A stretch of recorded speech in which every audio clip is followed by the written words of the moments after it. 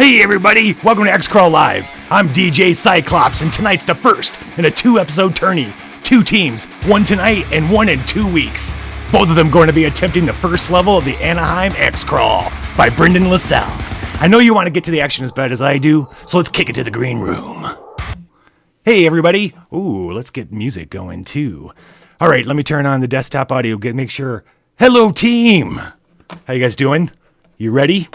Good. All right, I'm gonna set the stage for you, but first up, I want to set some tunes. Thanks to Goodman Games and the Dark Master, we now can play some awesome tunes while you are watching. I'm super excited to be able to do that. You guys, unfortunately, my players aren't going to hear it unless you're listening to the stream and getting all that echo. But those of us at home are going to be able to hear it. Okay. Awesome. All right, guys, everybody who's watching, thank you very so much for joining. We're going to get right into it right away. And in the process, we're going to introduce our team for tonight. Let me pull everything up. All right, guys, you're led to the comfortable green room in the Anaheim Memorial Sports Complex. You see a row of lockers, a table set with food and coffee and bottles of water, 2 referees, a cameraman, and a frazzled-looking woman in a headset shouting to someone about production arrangements. There are 3 doors in the southwest corner of the room, each with an elaborately painted hat, a cowboy hat, a horned helmet, and a top hat. As soon as you arrive, lead referee Ian Servas introduces himself. Hello, I'm Ian Servas, head referee for the Anaheim Crawl. Congratulations on being chosen to compete today. This is going to be an intense contest, and on behalf of the staff, I wish you the very best of luck. We are following standard rules for equipment engagement. Any questions? Do you have any questions? No. Thanks for the welcome, but I don't need any luck. I'm going to kick this crawl's ass. Okay, I like your attitude. Indeed. Mars will deliver us to success once again on the battlefield. Well, great. So you guys get a chance to walk around, get yourself a water and a nice Danish or something. And then a few minutes later, he comes over and leads you over to this large audio-video screen on the wall. The AVS changes from the static image it was to a slow-motion chase scene in noir black and white. You see a group of armed men, obviously crawlers, running in terror from an unknown enemy through a darkened forest. The music is a hardcore metal version of the old TV hit 3 is a Magic Number. The scene changes to slow motion as the panicking adventurers round a corner, and the first one around the bend is decapitated by some flying object. After slicing the warrior's head off, it buries itself in the tree. Switch to a close-up of a sleek, weaponized fedora, apparently with a razored edge now sticking out of the tree. The point of view changes, and you see DJ Hat Trick in top hat, tails, and domino mask. He's riding in a huge upside-down derby, his own personal flying saucer, and punching the air for the exuberance of the chase. He seems to be laughing maniacally as he hurls spinning hats down at the hapless runners. Finally, the scene changes again, and now you see Hat Trick standing knee-deep in dead X-crawlers, throwing his hat into the night sky like a graduating senior. For one slow-motion moment, it hangs in front of the full moon, mimicking the logo of this year's Anaheim Crawl. The video piece fades, the camera pans to the podium, and you see DJ Hat Trick in the flesh, short and dapper and dressed in crisp, formal finery, approaching the old-fashioned microphone. Thank you all. Yes. He raises his hand for the crowd to stop their wild cheering, and they begin to reluctantly trail off. All right. Thank you all. It is my great honor to be your master of ceremonies for tonight's event. Tonight, ladies and gentlemen, hats off to Xcrawl. He takes his hat off. Magically, there's another one there automatically. This one a Commodore's hat, which clashes comically with his black tuxedo and red-lined opera cape. Welcome to my humble dungeon. I do believe that this is going to be a night none of you shall ever forget. Well, at least not the survivors. I got a million of them. I'm super excited about tonight's event. Let's introduce our first team, the Coalition of Chaos. All right, let's go down the list here. First up, I think I might recognize... Nope, I don't recognize you. Zev Gedoror, Jammer. That's Zev Gedora, please, sir. Right. Tell us a little something. Tell the crowd a little bit something about yourself. Well, I've been using words as weapons since day 1. Now it's day 2, and I'm ready to get going. All right. And who's the little fellow next to you there? Tinsel Goodfellow, the gnome. Hey, how's it going? I'm super excited to be here. I can't wait to get in the crawl. I may look little, but I promise you, I'm going to pack quite a punch. And he kind of rubs his fingers together and little sparks of fiery magic come off his fingertips. Ooh. Then he gives a little wink. Nice. Little packages can have big impacts. That's what I found out in my years. You only know the half of it. And then standing next to you is Azam, the messenger. Did I say that right? I am Azam, messenger of Mars, here to deliver his glory on the battlefield in the Xcrawl arena. Nice. Excellent. Mars is one of my favorite deities. Absolutely. He does a little hand signal for Mars, whatever that happens to be. I do it back, of course. Right on. All praise. And Grum, and last but certainly not least, Grum, the dwarven mechanic. How you doing there, bud? I'm pretty good. Glad to be here. I'm glad to take on this challenge. And there's no trap that has bested me yet, and I don't think there will be one today. Oh, you will be tested, my friend. You will be tested. How about a big round of applause for our first team, everybody? Thank you so much. Adventurers, I salute your heroic spirit. I ask for nothing less of your team than I ask for my staff, trainers, engineers, designers, and monster talent. Perfection. I want your best work tonight right here in Anaheim, the greatest little city in the whole empire. Who's with me? Yeah! Big cheer. Yeah. Let's begin. From this moment forward, your lives are forfeit in the service of the empire. Or in service of the emperor, I should say. I call upon mighty Apollo, the honored guide who brings us from darkness to light, to bless this contest.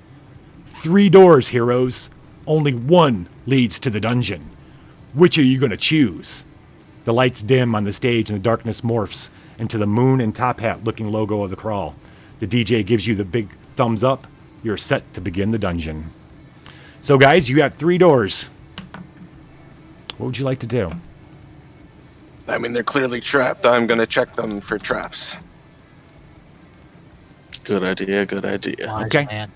Gonna examine the outside of them, kind of peer at the locks, peer around the door, kind of feel the frame, and kind of examine the work on the different icons on the doors. Okay, which one are you going to start with? I'll start with the top hat, since that seems the obvious choice. Okay. All right, why don't you give me a find traps roll, please?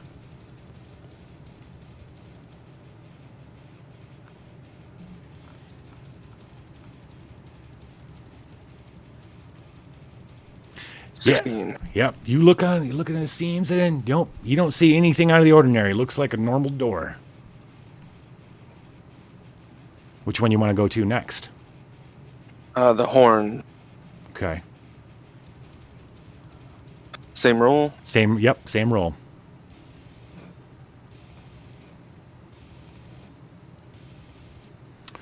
$12.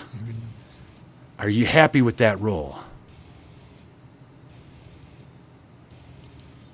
I am not. I'm going to go ahead and burn 1 lock. So You do not. 15. 15. Oh, you get to roll. Oh, specialist gets the 1d6. luck die. Oh, that's Nice. right. That's right. You do. That's right. Well, you're about to turn away and go onto the top hat door when something catches your eye. A little glimpse of why is there a seam? It looks like there might be a tiny seam in the middle of this door. Yes, sir. This is definitely trapped. All right, I'll go down to the boy. next one. Okay. Holy Fine. mackerel, ladies and gentlemen! 28. No, there is no trap on that door. Either the cowboy or the top hat does not have a trap. The dwarf knows his traps. I mean, look at this door here in the middle. I'll turn to the camera. Like, what sort of mush-brained son of a troll ever made this trap here? Are you gonna roll a grandstanding check there? Sure. Oh wait, He surely you get has a rock shame you get a on his mojo. channel. Yeah, Yeah, I you- get a free mojo. Yeah, you do. All right, let me give you that mojo too. For the audience, the dwarven mechanic specializes in traps, and he receives a mojo point whenever he turns to the camera and makes a disparaging remark about the trap maker. Well, it's obviously after successfully disarming it. So you got to disarm it first. You've only found it. Oh, okay. Did you want to disarm it? Why not? Might bite your hand off would be the first reason that comes to my mind, but I mean, you're the specialist. I got this. 28. Of course you do. Holy Did you really? smokes. 28? Yeah, so you only needed a DC 10, so this was definitely a trap that you could disparage. I mean, I could have touched it and it would have fallen apart. What, you didn't have, like, pointy sticks or a shovel to make it better? Let me get that mechanic real and add that mojo. So I guess we're not going through the middle one, but never send a specialist to do a gnome's job. And the gnome steps up to the top hat door and starts incanting a spell called Hocus Pocus. Okay. And he rolls a 22. 22. Holy moly. And he makes a large object, and he's thinking of the door turn invisible. So can we see what's on the other side with it being invisible? You see smoke, like mist, in there. It's dark and misty.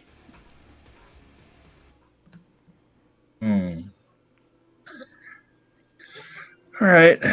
He's going to look over at the cowboy hat door.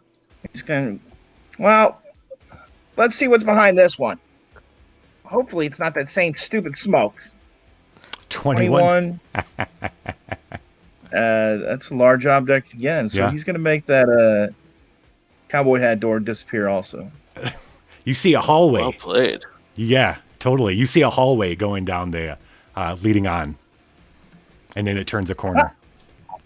I know which door I'm going through. Good job, friend. Are you Bring the gonna little guy around. try the door? Yeah, no, the Tinsel's going to go up to the cowboy hat door and give it a go. Yeah, it's locked. I got this. I'll get out my thieves' tools and get to work on the door. Azam is polishing his armor, just buffing off spots on his armor while these guys are working on the traps. Look at that Seven. roll. 29. Yeah. It's Oh, like shit. you. Yeah, go ahead. Give it a disparaging mark too. I mean, is this thing rusted? Like how? I thought this was a high budget show. You could have sneezed on that and it would have opened. Click. The door opens to a hallway leading forward, and it ends at another door. All right, we'll head down Oh, through. let's About go. About 60 feet. Ready to go. Okay. How are you all going? In Boldly. what order? I stand behind Azam. Yeah, I'm So- happy to go up at the front. If somebody can kind of help keep an eye out for any traps along the way, that would be good. Yeah, I can do that. Okay. I'll go side by side with Azam, and I'll be keeping an eye out. Okay. Why don't you give me a detect trap roll?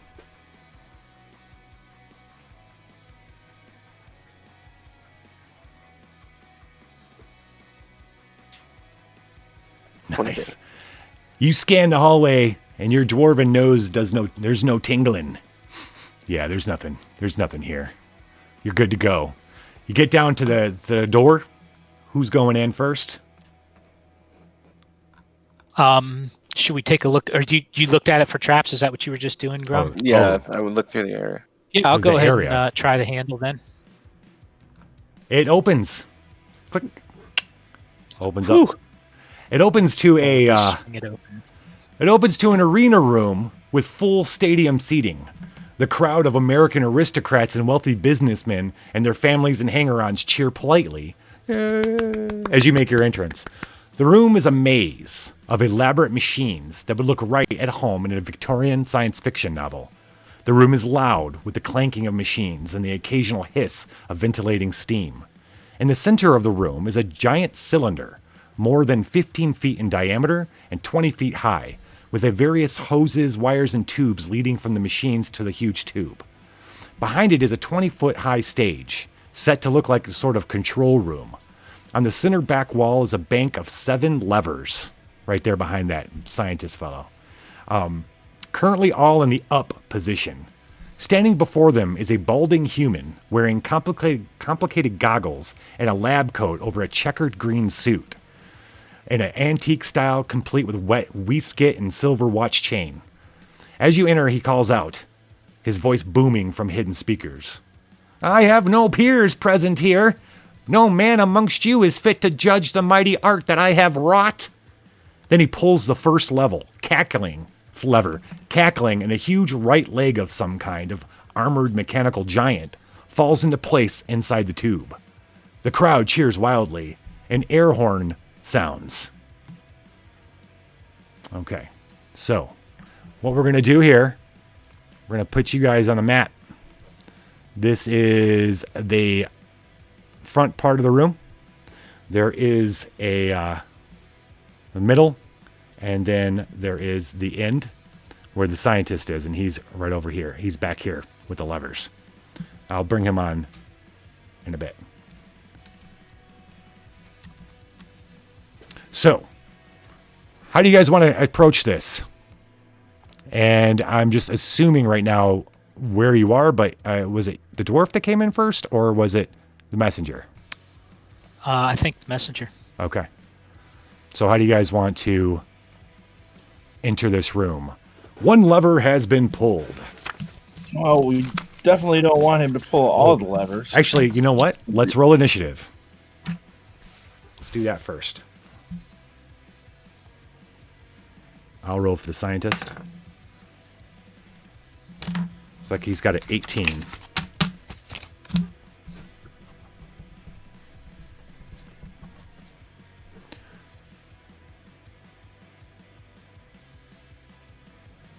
Tinsel, looks like you got a 4. Yes, sir. Do you have a plus on that? I do not. Okay. Zev, 7, you got a plus on that? No.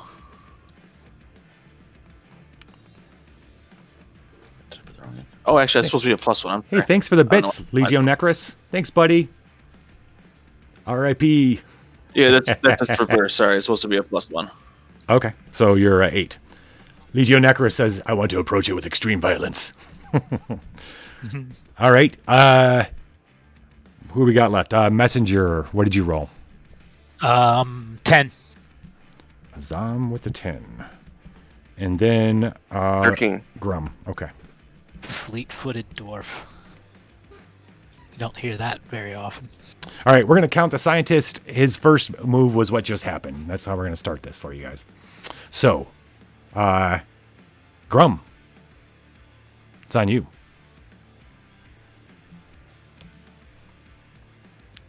I don't know if this is cheating in a way, but would it be possible for me to pick up the gnome and run with him and then set him down? If the gnome is okay with that. The gnome always get consent. Always get consent. Absolutely. You don't even have to pick. You don't even have to pick the gnome up. The gnome gets on your back, piggybacks down. Perfect. I was waiting for this moment. I just thought it would happen later on in the stream. All right. The dwarven mechanic will get in position. Once he feels the gnome jump up, I charge forward through the room, kind of using the mechanicry as cover, and I'll double move 40 feet in as close as I can get and still take some cover. Okay, so the squares are 10 feet. One more time, I'm just going to... So you have machinery here. You guys can't see my... Can you see my cursor? No, you can't. No. There's near the gnome here. There's I'm using the gnome as a cursor. There's this machinery block here. There's this here, and here. And then when you get a little further in the room, you got the big... This is where the big leg dropped. You got another machinery bit, and this is the last of that one column there. So going right, angle up from the 3 cog machine here in the sort of L shape. Kind of right in here. Yeah, over to the left a little bit, but yes. Not over here, right? Correct. Oh, you mean like here? Yes. Okay. All right. So I want you. Well, you know what? No. As soon as you get right about here, you guys watch as the gnome jumps on the dwarf's back, and they go running over here. And right as you get over there, this figure steps out from. Let me get him on the map for you. This figure steps out from right here, and with this whip. Let me show you. Oof.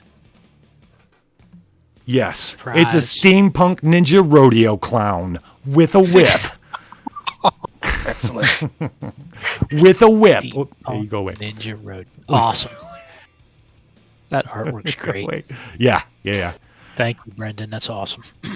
So as you come running up, he steps out, completely surprising you. Whips. I'm gonna roll to hit.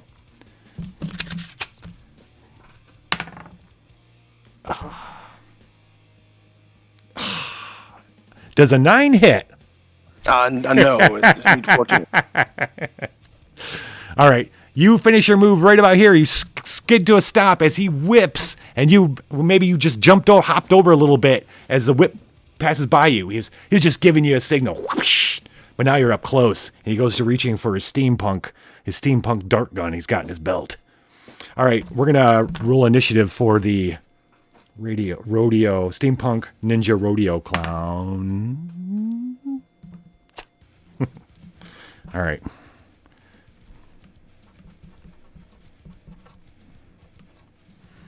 Okay, so that was Grum. You doubled up your movement, so you're there now. You and the gnome. So next up is Azam.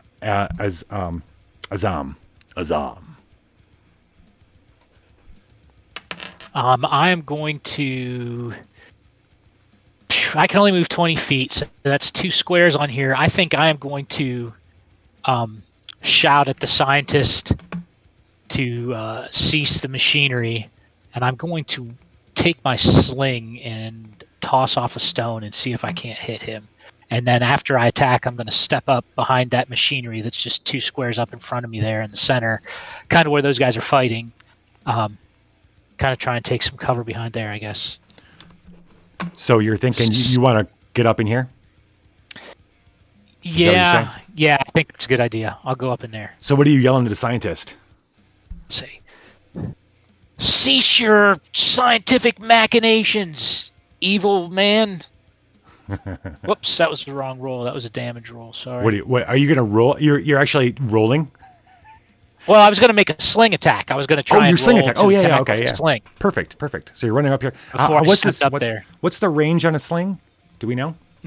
Does it say? I've got my book open. I can tell you in a second. Okay, let me see. Hang on here. How many we got? We got he is here. So 1, 2, 3, 4, 5. You're about 50 feet away. All right. Yeah, that's going to probably be long, which I think means I have to roll it down a die step. Yep. Let me see. Here's the equipment section. Weapons. Sling is 40, 80, 160. So so when it's in mid range, it's what, -2? I think so. Yeah. John, you remember think so. anybody? Yeah, -2. That sounds Okay, right. so then that would be a 17 to hit. 17 to hit. 4 damage. Bonk! You hit him right in the head, right in the face. It hits his goggles. He goes, oh, God. How much damage? 4. 4 damage. It's actually more embarrassing than it is really painful. But You hear him. You hear him swearing. Did you want to grandstand that? Because that was kind of cool. It's up to you though. Sure, I will definitely grandstand it if that's eligible. Yeah. Oh yeah. Anytime during the encounter. So. I'll turn to the crowd and say, "See, Mars shall prevail, certainly." 24. Well, there you go. The crowd goes nuts. Having you come in with slinging, bust his goggle. He's cursing you and turns with both hands to grab the levers. I'm going to take note of your fame. Okay. Excellent. All right, so next up is Zev. The jammer. So he takes his wireless mic out, which is in one hand, and his rapier's in the other, and then he taps the mic top with the rapier and goes, check, check, so it resonates everywhere. And then he starts beatboxing, using like the hiss and the clank of the machinery as like the snare and the kick, and just starts doing this deep resonant like 808 beatbox behind everything, and in order to lionize his allies. Nice. Hey, Suni. Thanks for dropping by, buddy. Oh, there you go. Oh yeah. Do you think you guys could go roll under 20? Ooh, that Once? was a natural 20. You So, crit. Everybody gets some mojo. Everybody gets Sweet. mojo. Let me take care of that. Yeah. Mojo 6.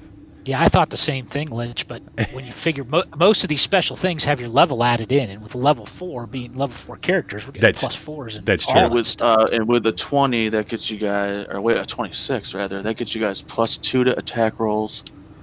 Did I willpower. Jam. What is the range on that? Actually, yeah, I'm not sure. The range on the lionize? Yeah. It should say in your sheet. If not, I got the rules here.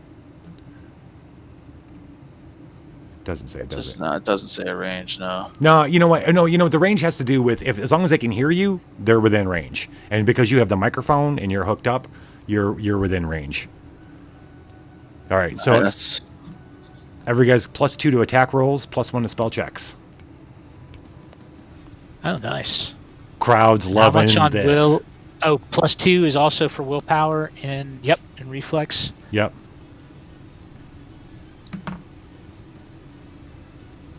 And I'm like, You're probably right, Shinobi. You're probably right. As is hyping tradition. the crowd up. Hype. All right, Zev. As you're doing that, suddenly,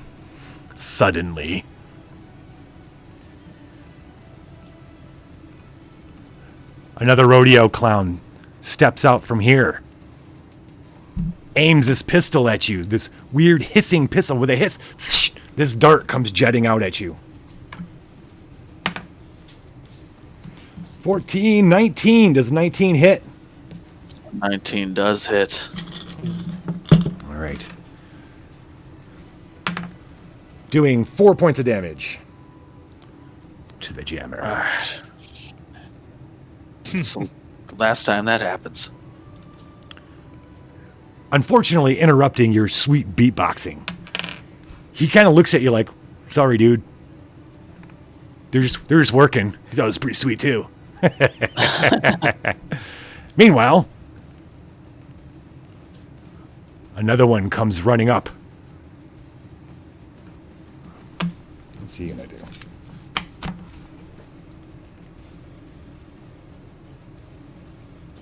Yeah. All right, I want Messenger. Could you give me an intelligence roll, please? I certainly can.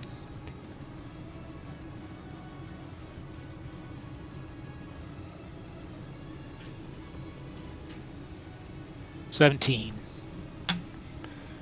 So, you're too busy looking back at the jammer and seeing him get shot by that dart to notice this cowboy sneaking up here beside this. Comes right around at you with his nunchucks. He's going to regret that decision. Where is this? All right. Was busy Wait. getting lionized. He snuck in. I'm going to give him a free hit because you failed to see him coming. Or 1d5. We'll just do the now.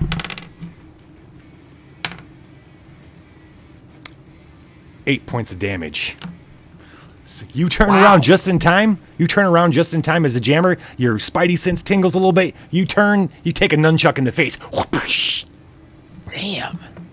Oh, how much mojo did we get for that thing? 1. Right? One more, okay. The 20. Yep. It's a 1 per crit. Okay. So you guys are rocking 7, 6, 6, and 7 right now. Messenger. That was an excruciating blow. Yeah, it Infuriating as smashed you right in the face. all this armor, and then he just cracks me right in the face with a nunchuck.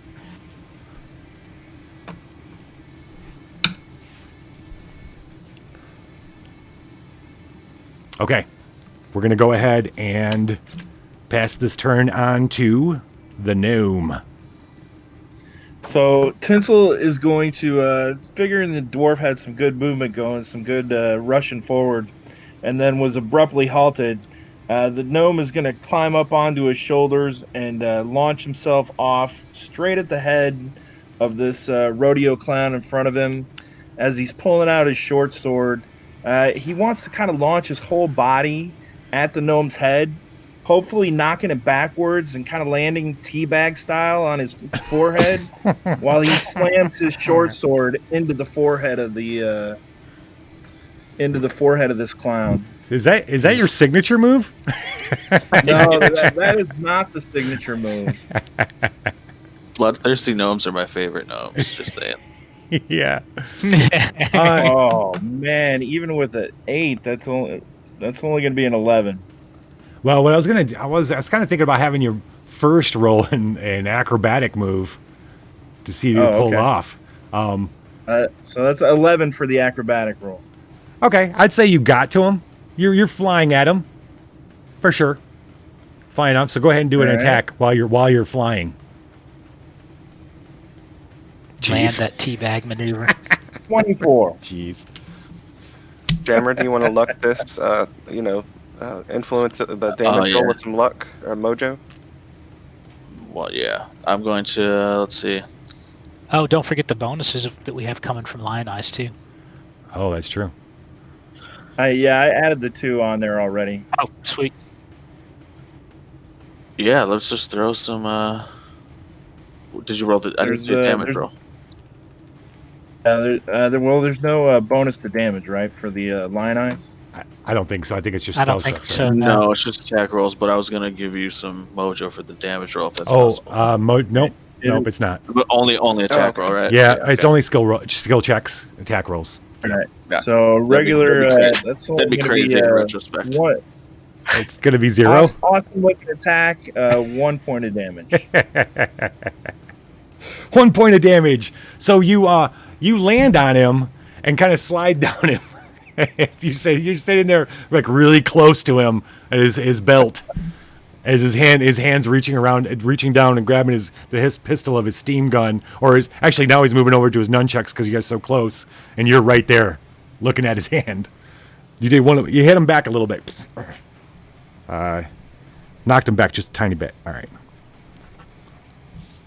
right. That was everywhere. You hear, still swearing, the scientist, 2 hands, ching ching, and 2 more parts fall, and the big the jammer can see it. You guys can't. The rest of you can't because of where you're at right now. But in that big tube in the middle, a right leg falls, and then you see hips fall on top of the 2 legs. You got to get a move on. Yeah. Okay. Now back to Grum. Does the clown have such a face full of gnome that he won't be able to strike me as I move past him? Yeah. I would say he's yeah. All right. You gotta try to squeeze past him over here? Yeah. And rushing toward the stairs up to the ramp. All right. As you move past him, this is where it's gonna get clunky here when I do this, because everybody's gonna move with you. I'm gonna put you guys back over here. Oh no, you know what? What I'll do is I'll just do this. Not you. You. Cool. And these guys. As you come running over here, guess what? Another one pops out. Another whip. A whip comes flying out from behind this one. 11 doesn't hit, does it? No, it doesn't. But can I continue my move through him and then Yes. you can go ahead and Yeah, attack me again? he was trying to get you with the whip. It didn't work. So where are you going? So you double move 1, toward 2, the 3, 4 stairs. right about here. Oh, were you going to move this way? Either way's fine. Let's do that. 1, 2, 3, 4. He's right here. Tries to whip you. He misses. So you guys are kind of staring at each other now. Okay. Let's go back. Here we go. Now back to you guys, and it's Azam's turn. All right. As I recall, there was a guy who had just smashed me with his This fella here. nunchucks. Yep. So I am going to respond in kind with my longsword. Ooh. See if we can really get this party started. The sling was just a warm-up. So that's the wrong roll again.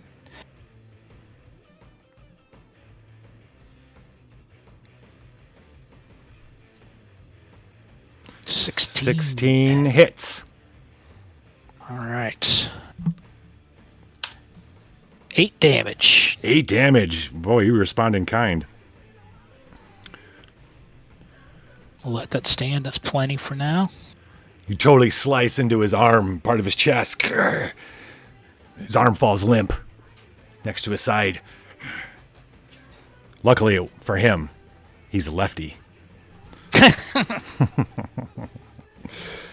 Zam, good hit. Then Zev. All right. He's still this rodeo clown still got the pistol drawn, right? Yes.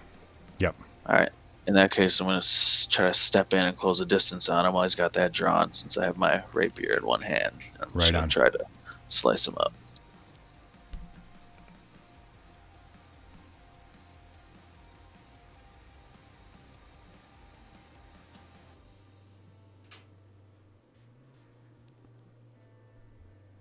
Oof. Ooh. I think they may be even too low to try to mojo out of. Yeah, you need 8. Yeah, not worth it. I'm just going to count on tying him up and keeping him busy. Hopefully, maybe running some interference for our swift-footed dwarf. Right on. All right, Zev. Right after you do that, he responds. He drops his pistol as he sees you come running at him, and he's got his nunchucks out. That's exactly how it sounds. Oh, and he fumbles. Nice. He fumbles as he's pulling them out of his trousers. Perfect. Perfect. I'm going to see what he rolls on. Okay.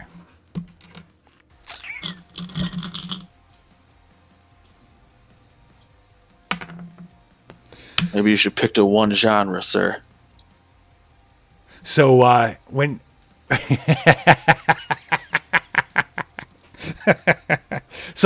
you come running at him, he drops his gun and he thinks he's gonna, he's fumbling for his nunchucks, but they get caught in his pants, and he pulls so hard when you're coming, he flips himself backwards. He must have been some steam on the floor or something, because he falls backwards and is now prone.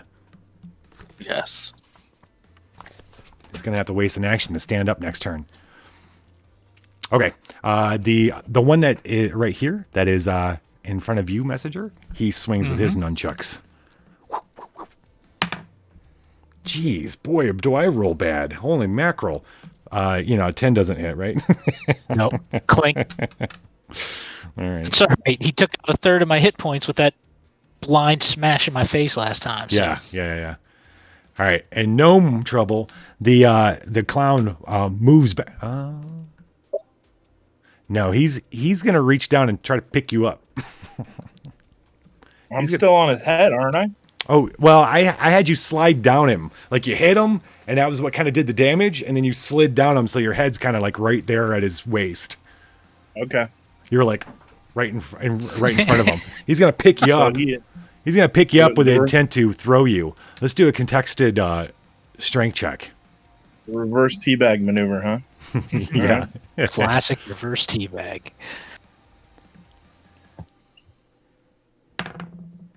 Is that the coffee filter? Beat a 12. Beat a 12. I got an 11. You can just like I regular will give DCC. Hammer luck. I'll give him a point of mojo. Okay. Also, just so you know, just like regular DCC, you can spend luck before, after the rolls, on damage, whatever you want. You have the luck. You can. Yeah, I'll spend a point of luck on that. You want to do that instead of the jammer? The jammer can give you the mojo, though. I mean, and then Let's that's give you free. the mojo. It's like fleeting luck. I was just making sure you guys know that that's still an option. Yeah. Okay, yeah. If the mojo's free, I'll take the mojo. Yeah, I'll give that to you so you can keep your rolls high for that stat. All right, so this guy thinks he's going to be funny and pick you up and throw you for the crowd. And as he goes, he finds you a lot heavier and stronger than he imagined. He's like, ah, and you push him off. He's like, ah. Now he's reaching for his nunchucks again because now he's realized he's going to have to take care of you the old-fashioned way. All right, so that was your 3. Okay, let's move down the page. We'll bring you guys with us, and then we'll bring Mechanic and this guy in. All right, this guy's going to try whipping you again. He's going to whip it. Whip it good. Whip it good. There we go. 18. 18 will hit. 18 hits. Shoom, it wraps around you. And now you are entangled. All right, he's got you. You're going to be taking 1 die penalty on all your action dice, and -4 penalty to agility, and you can only move at half speed. You cannot charge or run. And then he'll be doing an opposed strength check to kind of keep you from moving beyond the limits of the rope, of the whip. You will be able to do an agility check if you want to, or a strength check on your turn to try to bust out of it. But he's got you whipped. He's got you whipped. All right, so that's you. That was the clowns. Let's see what else we got. We're not done yet. We still got tinsel. Oh, yeah, I know. But it's still the clowns' turns. Oh, there's more. Yeah. More clowns. More clowns. There's always more clowns in this car. Yeah.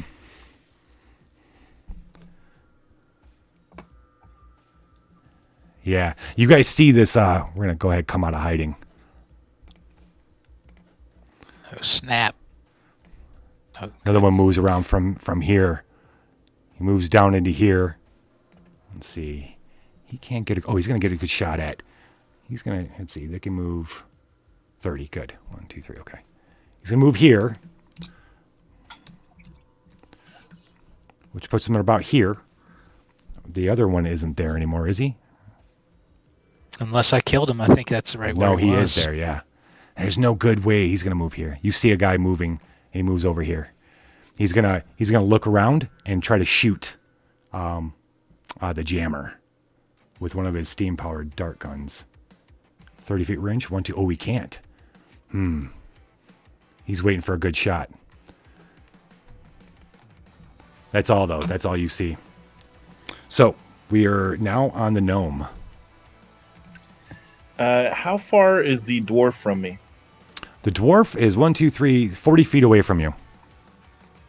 All right, so Pencil is going to look at this clown.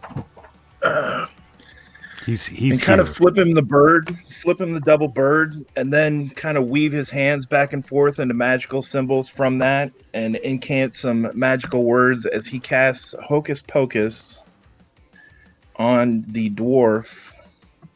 Okay. As a result of 20, that will make him invisible for 1 turn. Okay. The thing is, he's still going to be caught by the whip. Oh, he got whipped, huh? Yeah, he got whipped. Oh. He's caught in a whip. Entangled. All right, well, it's a lasso. You're right. Yeah, Shinobi's right. It's a lasso, not a whip. They're rodeo clowns, so it's a lasso, not a whip. All right. I'll show you the picture again. Yeah, lassoed. He got lassoed. I didn't realize he was the one that had gotten lassoed. So That's all right. If you want to Do a lot in a turn. You can do Yeah, something can else do if you whatever want. you want. all right, I'll go ahead and do something else then. I'm gonna use my signature move. It's called Let's Be Friends, and I'm gonna look up sheepishly at this guy, this clown in front of me, with big, kitten eyes, Okay. like big pussycat eyes, and I'm gonna be like, "Hey, I'm sorry, I didn't mean to do that," and try to throw him off guard a little bit, and then stab him right in the mid thigh. Going for a femoral. Stab him, yeah, right between his legs. Oh God. This is your signature move called Let's Be Friends. Yeah. That's amazing. Okay. You get to add your level to that roll. So, all right. It's going to be a 20. That hits.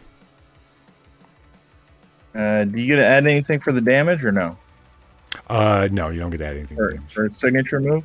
No, I don't. For- You want me to check for you? I'll check for you. But I don't think you do.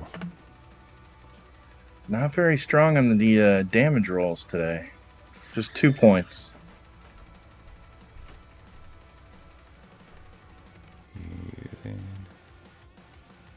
All right, let me see. The Let's Be Friends signature move is, those big eyes, kind of tears starting to well up underneath. So it kind of gives him a sense of maybe compassion. He's like, looks at the little gnome and he's like, "Oh, this little guy is so cute." And then just as he's off guard, the gnome strikes. He's like, maybe I shouldn't have tried to throw this guy. Oh, Jesus Christ! Here's the cool thing. You rolled not only okay. So here's something. When you succeed on your signature move, you get a fame point, and if you rolled a 20, you get 2. So you got 2 fame points. Well, I'm looking at the character sheet and it says short sword +2, but then for damage it says 1d6 -1. Oh, because you're not very strong. Yeah, because you must have a -1 to your strength. All right, I got Yeah, so 2 points of damage. Yeah, 2 points. Okay. So that's 2 fame points for me then? His face erupts in rage. It's what? Yeah, 2 more fame. Yep, you got 2 fame. So I'm guessing he doesn't want to be friends? Not anymore. Not anymore. All right, that was the gnome. The scientist. You hear him. Ching. Kurr. 2 more. Let me think. He's going to do this. All right, we're going to zoom into him.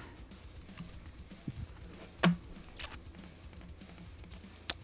going to leave you. You are here, basically. And these cowboys are gone. And, no, you stay.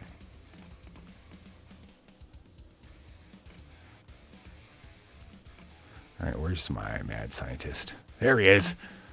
Let's see, 1, 2, 3, 4, 5. All right, you hear the clunk as he pulls another lever, another lever, the 4th lever, and a huge robot chest falls down on the legs and the hips in the tube. But then he turns, and with rage, what you can see his broken goggle kind of hanging off. He's like, payback time. You see him, you can't hear what he's saying, but he's saying something, and suddenly fire shoots out of his hand, coming straight for you, dwarf. I'm gonna roll.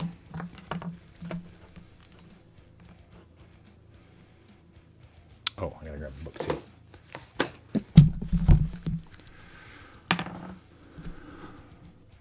And he gets +10 to his spell check for 22. Scorching Ray. Ooh. Yeah, I love it. I actually get to cast level 2 and level 3 spells with this guy. I'm so excited. Yeah, that's gonna leave a mark. I've never gotten this high with a Right. DCC character. All right. Summons the flames of hell to immolate his foes. Yes. It's a flaming bullet that shoots out of his hand, coming right at you. I said 22. Yep. Oh no, it's not 3. Ooh. It's 2. And the range is 80. Let's see. So, 1, 2, 3, 4, 5, Should be within, 6. Well, he's not really in range of anybody else. 6, 7. Yeah, you guys are luckily. The rest of you are kind of blocked, right? You're behind things. So they're. I guess unluckily for you, they're both coming at you, dwarf.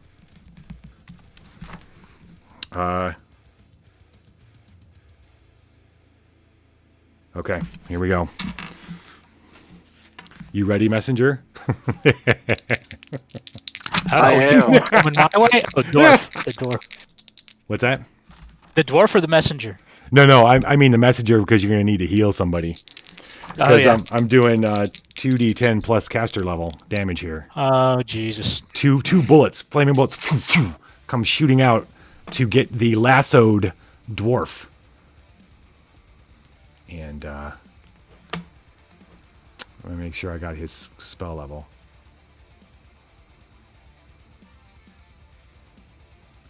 No, not that. No, not him. I'm gonna roll these.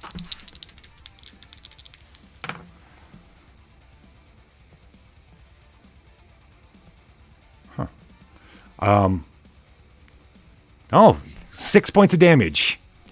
6 points of damage, and he doesn't have necessarily a spell level. This is weird. Is that all you've got? I fought salamanders with worse breath. Oh, you know what? You're gonna get it. You're gonna get it now. Gonna get it. 6 points of damage to the mechanic. All right, let me get you.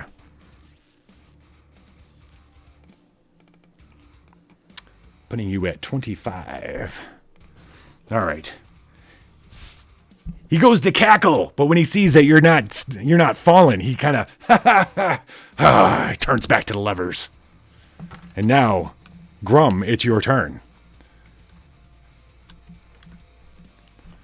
Let's get you back on screen. There you go. You're here? No, you're here. Yes. Yep. And this guy here has you lassoed. The scientist is gone. So, what would you like to do? You're going to try to... Well, you can do whatever you want. It's just got penalties all around. Let me see. I am going to just take my axe and just hack the lasso. Nice. And then start running again. Yep. All right. Roll it. And then that's at a D16. Yep. He gets a -1 die for his action dice. For everybody watching. Because he's entangled.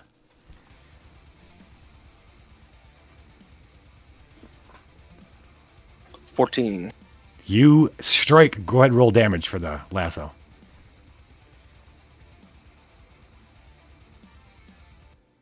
Oh, you know what? I needed you. That wasn't all with the. Go ahead and roll your damage for that, and then I'm gonna have you roll for something else to see if you caught fire. Maybe you didn't notice because you took the hit and you got a little scorch, but you didn't notice that there was a little tendril of flame is gonna come up. Maybe. We'll check.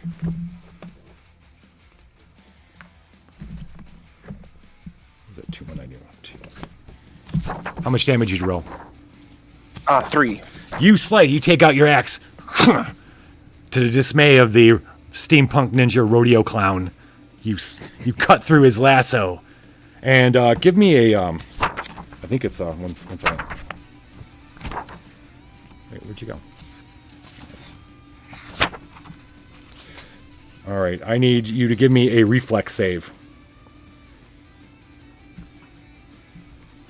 Don't forget your lionized, Grum, so you can get +2 on that. Yep. 25.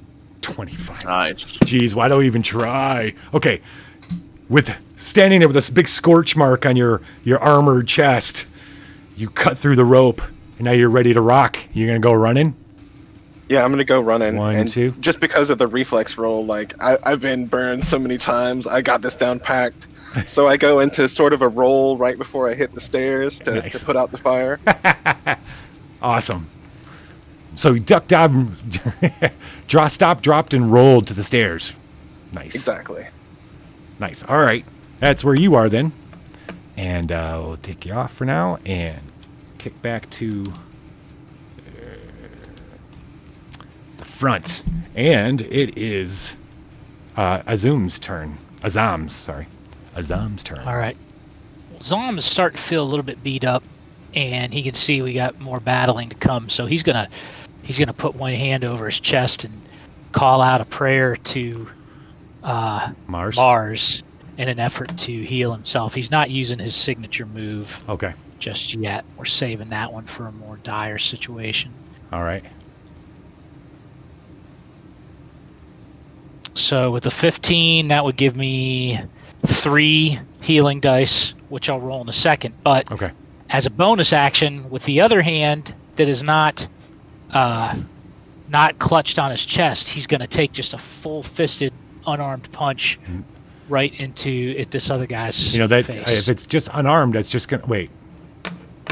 Hold on. He's a D14 for his... It's a bonus attack, so he gets a D14, but then he gets to add his level and his luck and all that stuff. All I was going to say is, does it have to be the hand that doesn't have a weapon in it? Because your damage is only going to be your strength modifier.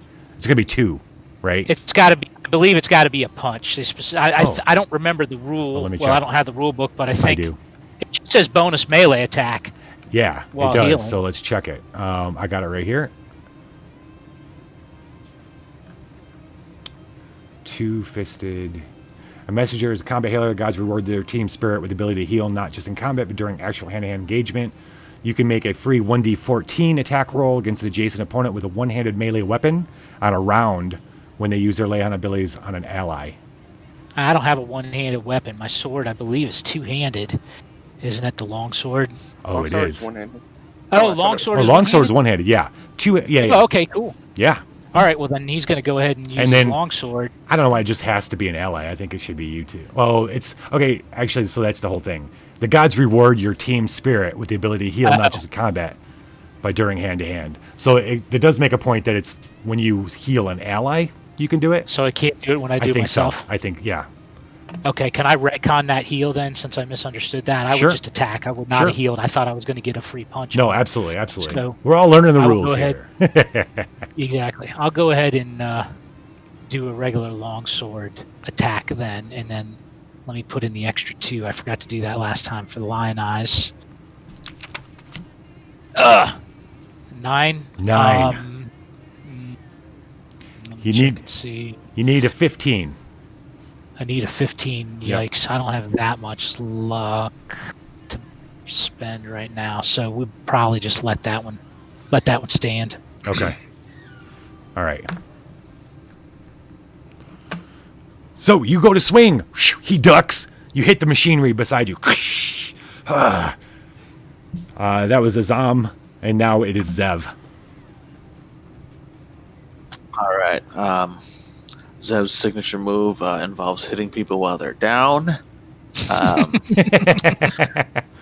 Though he is lawful, this is combat, and he did get struck first. So he's going to do his signature move, which is called the mic drop, in which he takes his rapier, inverts it, stabs it into a fallen foe, and on the hilt, or on the at the end, the pommel of the rapier is a microphone clip. So then he puts his microphone in it and starts beatboxing. Nice. I think since he's prone, I think you get an extra die on the die chain. Yeah. So you're rolling that sounds about right. Yeah. So you're rolling a 24. Awesome. And I'm also going to spend 2 luck. All right. Well, you get that. You get your +4 because of your it's your signature move. Just so you know. And +2 for lion eyes. Yeah, so you're rocking +6 plus whatever else you're. Oh, the signature was +6. Yeah. Well, he's not lionized.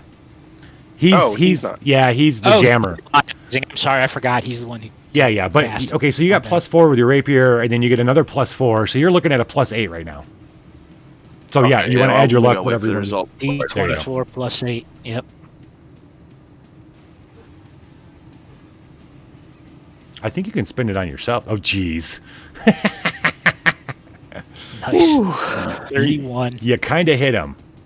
So yeah, so I stab him in there. I beatbox a couple times. Into Not the only microphone that, clip, yeah. and then I dip out, and I want to see what he looks like afterwards. Let me roll the damage. You're gonna get 2 fame for doing this, just so you know, because you rolled over 20. Yeah. Deservedly. That's an awesome move. Turn him into a steampunk clown microphone stand. I think sponsors would be lining up to back that kind of a maneuver. Yeah. There's rappers that want you in their video now, for sure. Cut to Zev in his debut music video with I'm trying to think of a good rapper name for this world. little goblin. Little goblin featuring Zev. Yeah.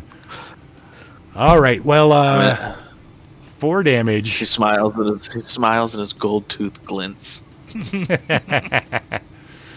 4 damage. All right.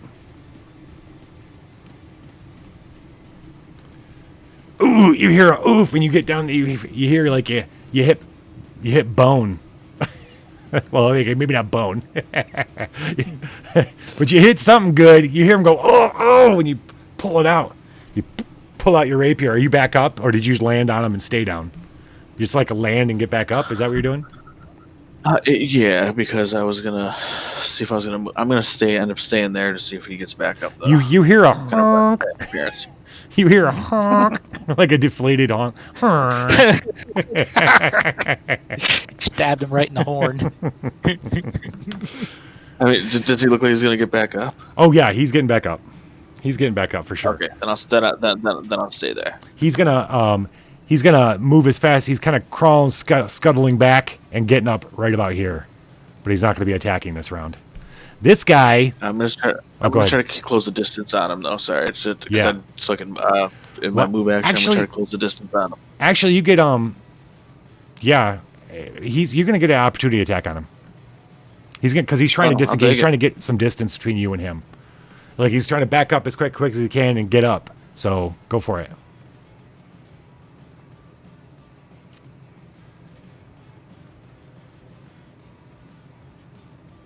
Nice. Ooh, you hit him again.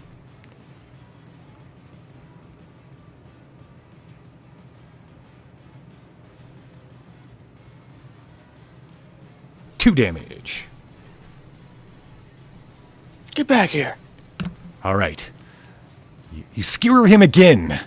He's holding his shoulder as he gets up. Bastard. You hear him mutter. All right, the guy over here with you, Messenger, he's kind of circling you a little bit with his eye on his buddy, who's going to come around in just a second.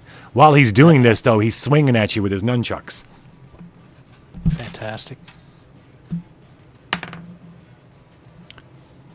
Oh, that was a 16. 16 hit? 16 does not hit. Oh. It's going to take a 17. They clang against your plate mail. Clang. But all of a sudden you see, coming around the corner, another one. Nunchucks out. 5. These guys aren't trying hard enough.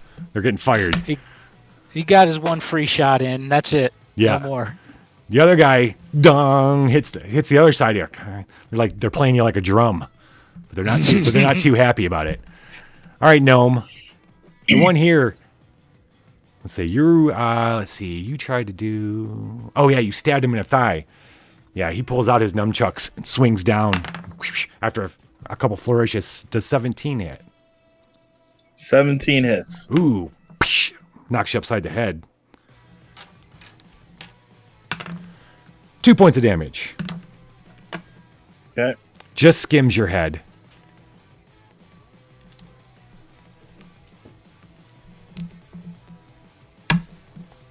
Right, and then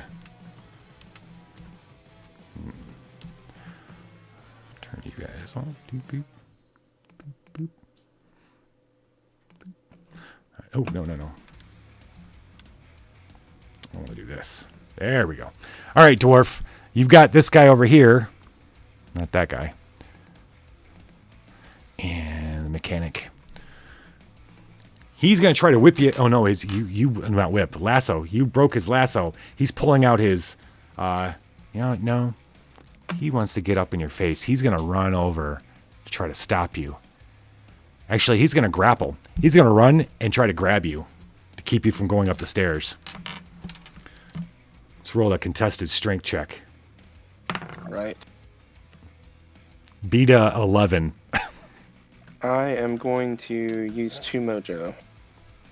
You can't use mojo on yourself. Oh, right. Correct. I am going to give him 2 mojo. There you go. Who was You know that? what? I'll give him one also. Was that the jammer? That's that was messenger. the- We'll pitch one in as well. The gnome gave him 2. Gnome. Okay. Gnome and the messenger. Yep. Okay. So that's 3 for you. Thank you. And I plus, got 15. if Lion Eyes applies, Nice. maybe. I don't know. It does. It's a skill check. Yep. How long is that? How many rounds is the Lion Eyes working for? We're about in the 3rd round. It's 2 rounds so far.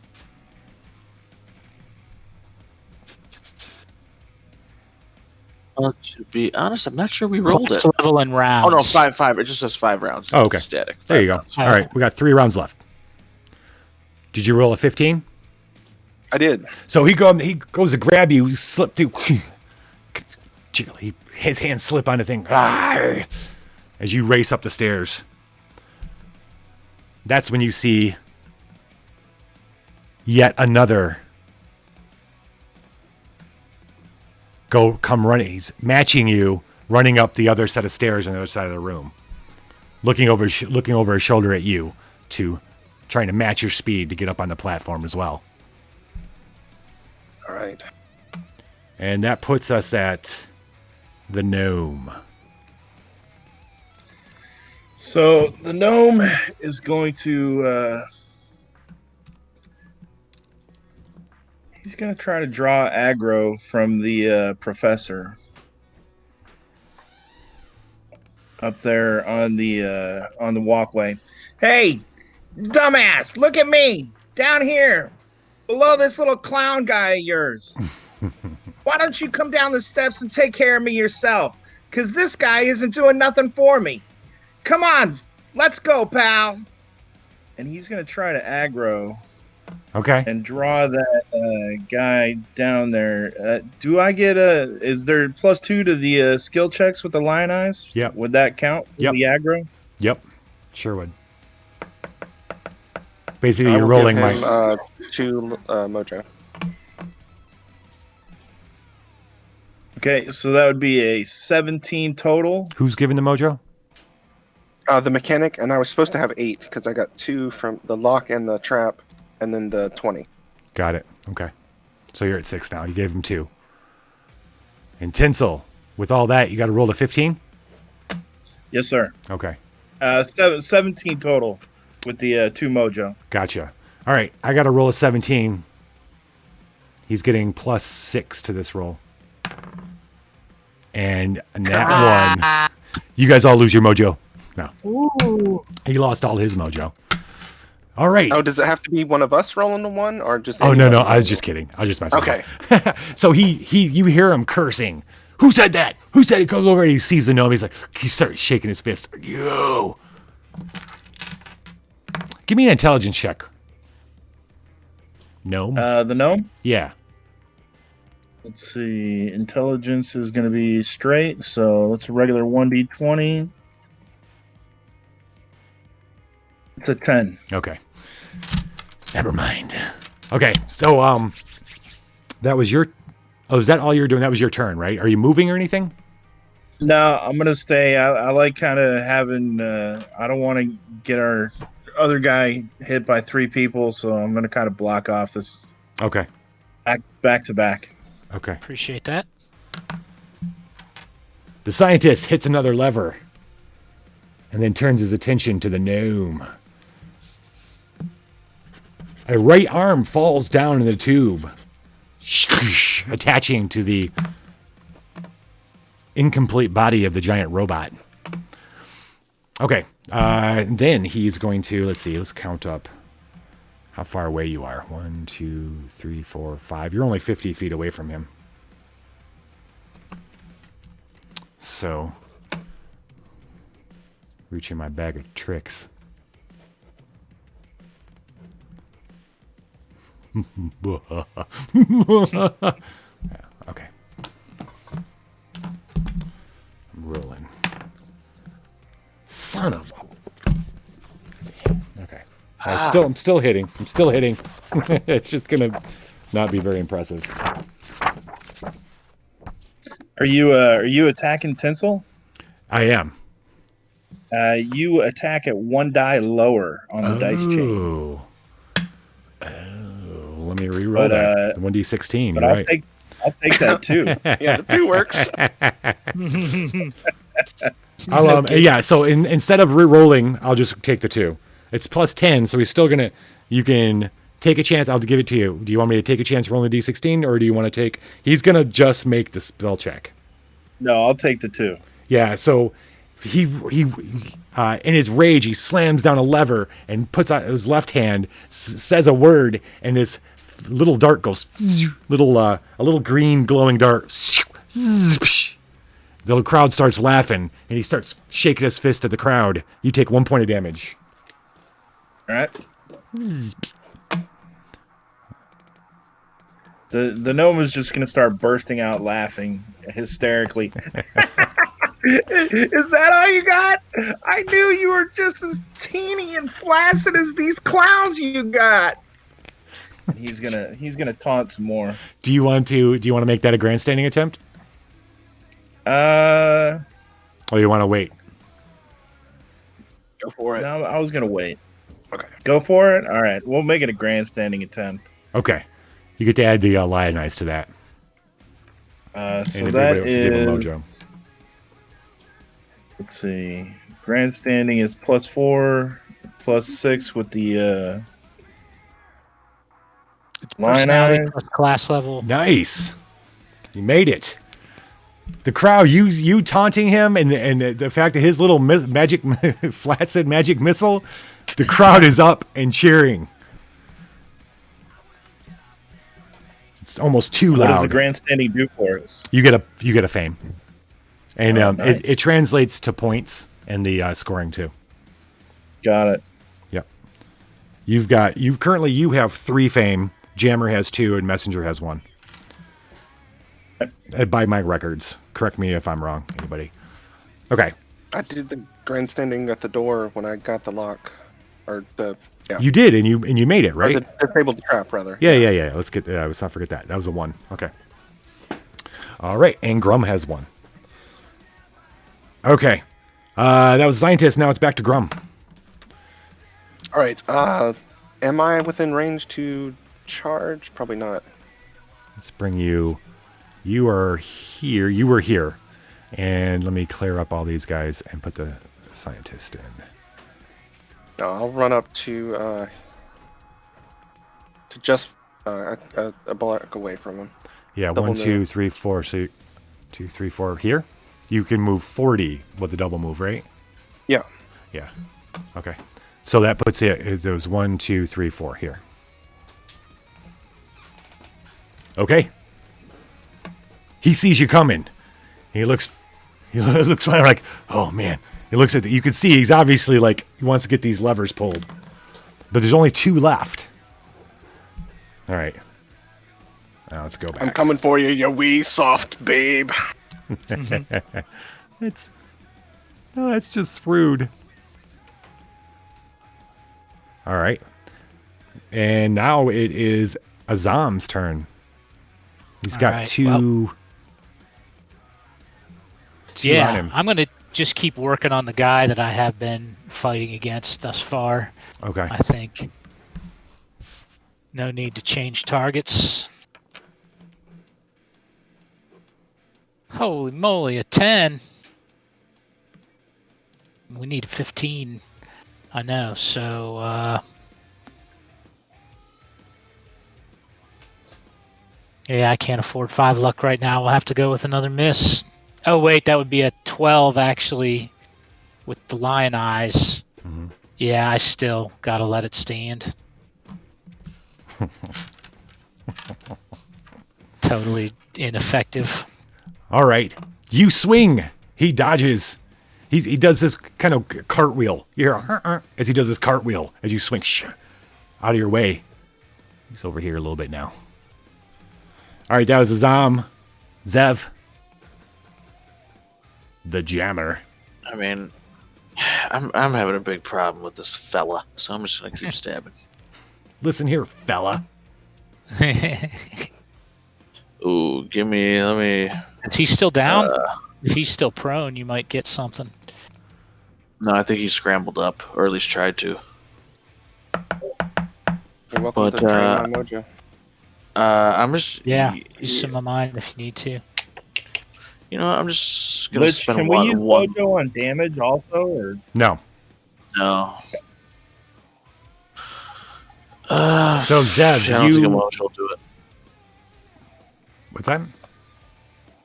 I'm just gonna keep him busy. I think that's I Okay. don't think with any motion I'm gonna get anywhere with his with this guy. So I'm just gonna keep him tied up and keep insulting Okay, him and his so you- family. So you rolled 11. You don't want to spend any luck or anything to make the 15. I'm just checking. That's where we're at. Yeah, no, I do not. Yeah. Okay. All right. Then it's their turn. He's up and mad, and he's got his nunchuck still. He's coming at you.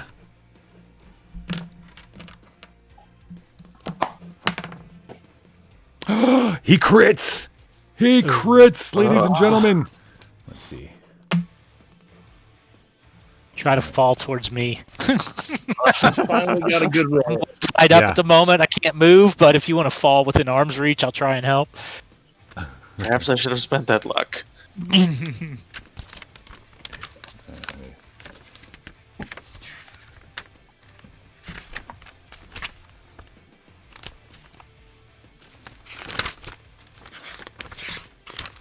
I got cocky and taunted him, and he took advantage of my braggadocio.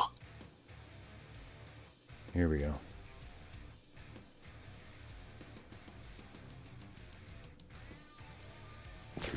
Okay. All right.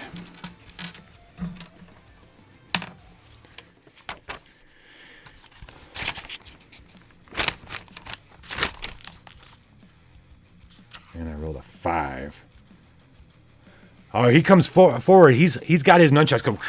They become a blur. You're like, you can't even follow them. And spam! One smacks you right in the nose. Your nose smashes in an explosion of blood. It's getting plus 1d6. And you're going to lose your sense of smell for 4 hours. No smell for you. All right. So, Be a blessing or a curse. right. Okay, just remember that you can't smell, okay? All right, the green one's going to be the D5. Of course. All right. You're going to take 5 points of damage. Oof. Because I don't think critical hits in DCC don't give you max damage, right? Nope, just a table roll. It's just a table roll, yeah. 5 points of damage to the JAMA. You'll regret that, clown. Okay.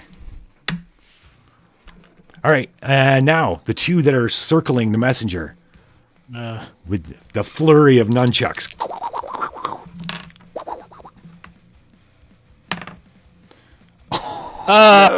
Here's my rolls. Here are my rolls. Shenanigans. Totally. Stupid roll 20. Oh, that's an 8. That's an 8 and too. Max. Oh. Blow caroms off your skull. Deafening foe for 1d6 days. Or you were deaf Yikes.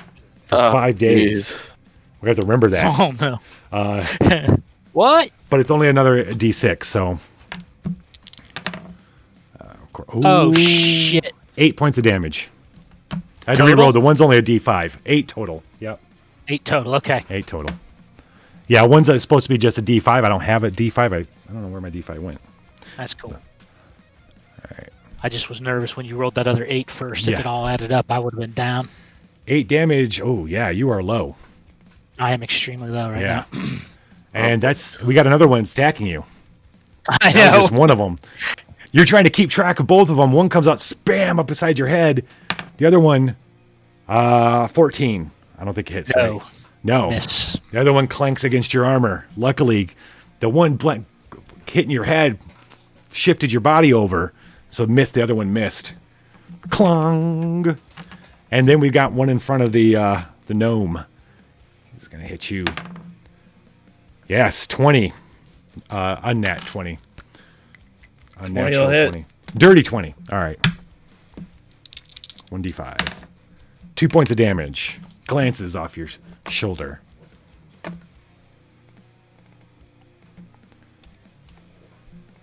You're doing okay. All right, that was these 4 guys. Then we're going to move down here. There's 2.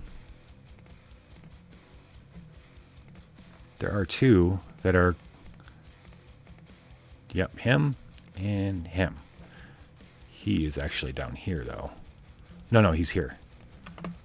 Oh, he is definitely... He was right one down there. further because I was there. He was trying to get at you. 1, 2, 3. He's going to run up. 1, 2, 3. He's going to shoot you with his gun. He draws his gun while he's going. He's going to shoot you with his steampunk gun. You hear the hiss as the dart comes at you. 13. Doesn't hit, right? Nope. Nope. And then the other one, same deal. 1, 2, 3. And then the scientist is right here. So that guy's going to shoot. He pushes the scientist aside and shoots at you. 18. Go ahead. Oh, I'm sorry, 20. Dirty 20. All right, it's 1d4 plus 1. 4. 4 damage as the dart sinks itself into your leg. Stunk. Who made those pistols? An orc?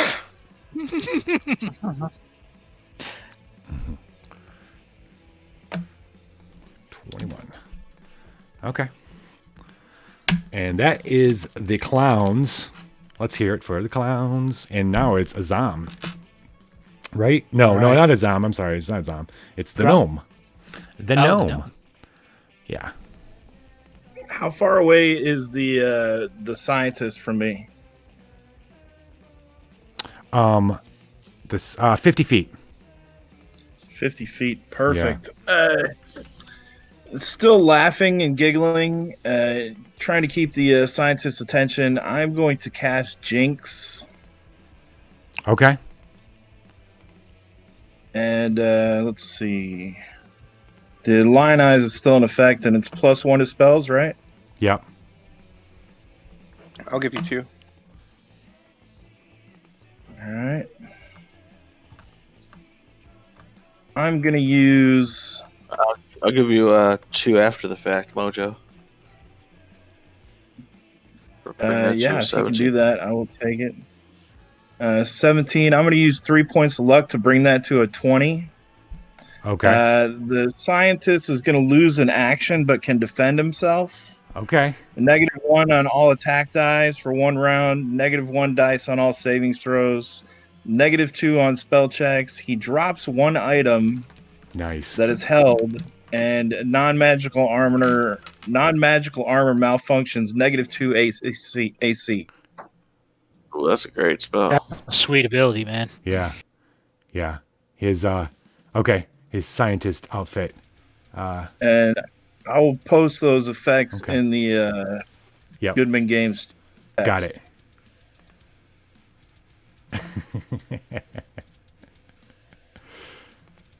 Perfect. Alrighty. So, all right. The scientist is and actually it's his turn. He takes it. You feel him take. He's looking at you in rage, and you see his face fall a little bit. He kind of seems disoriented.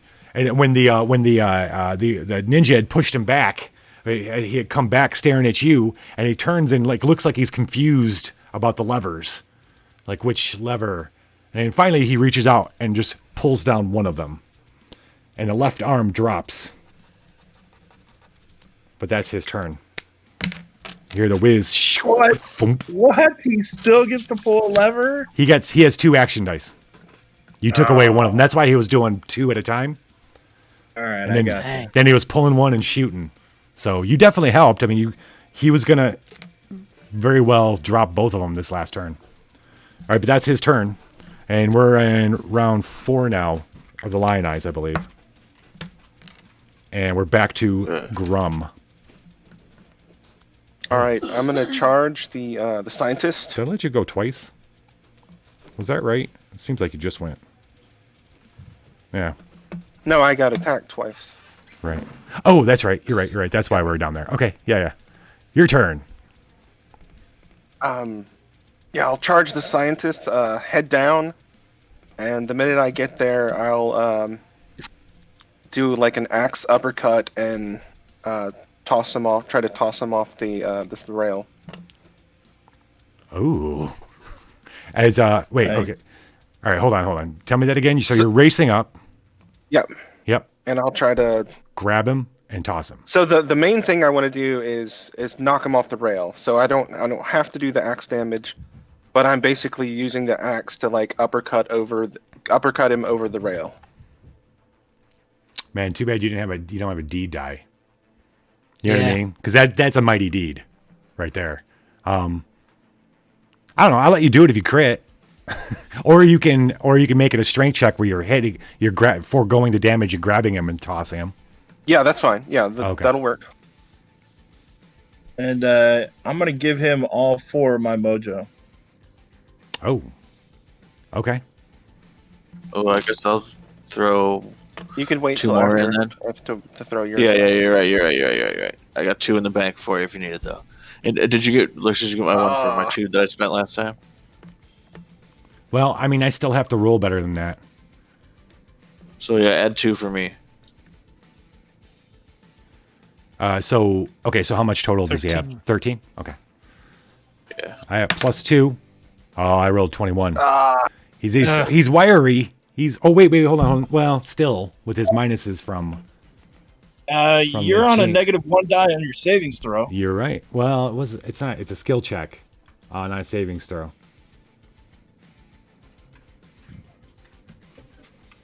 Yeah, it doesn't say in skill checks. Just says for attacks does and not. saving throws. Yeah, you're right. He's stronger and heavier than he looks. He like tussles with you. You bastard! You cannot stop me! All right, Grum. Azam. All right, this time Azam is going to have to go back to the plan of healing, or he's not going to survive another round of 2 attackers. So he's going to, again, do what he said he was going to do last time, put his hand to his chest and call out a battlefield prayer to Mars and see if he can't get himself some hit points back. 22, that will work. That's 4 dice. Now, does the messenger have a D8 hit die like the cleric does? I believe so. Lich? Yes. It's Yes. not on my sheet, so okay. I'll Yes. just use that. All right, so that's 4d8 of hit points recovered Nice. for him. Yeah, thank goodness. Hopefully it'll be a decent roll. You. Mars. Are you kidding me? 7 Oh, points 0 more recovered on okay. 4d8? Mars is really making me challenge myself today. That brings me up to 12 Thank hit you, great. points. I should be down 2 mojo as well. Okay. I should be at 4. Gotcha. Thank you. Perfect. Okay, so you've healed yourself for how much then, Messenger? 7. Okay. Well, I mean, that's... So I'm up to 12 total. Got it. All right. Are you going to move or anything? Or are you just going to stay put? I'm going to just stay there and guard and be ready for these guys. Okay. All right. Zev, it's on you.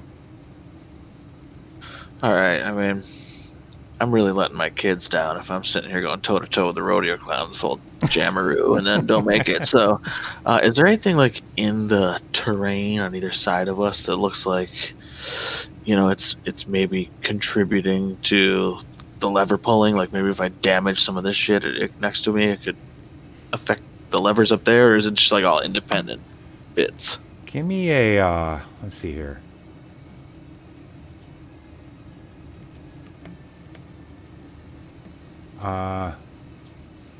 Give me an intelligence check, please. Oh. No, you know what? Give me a luck check.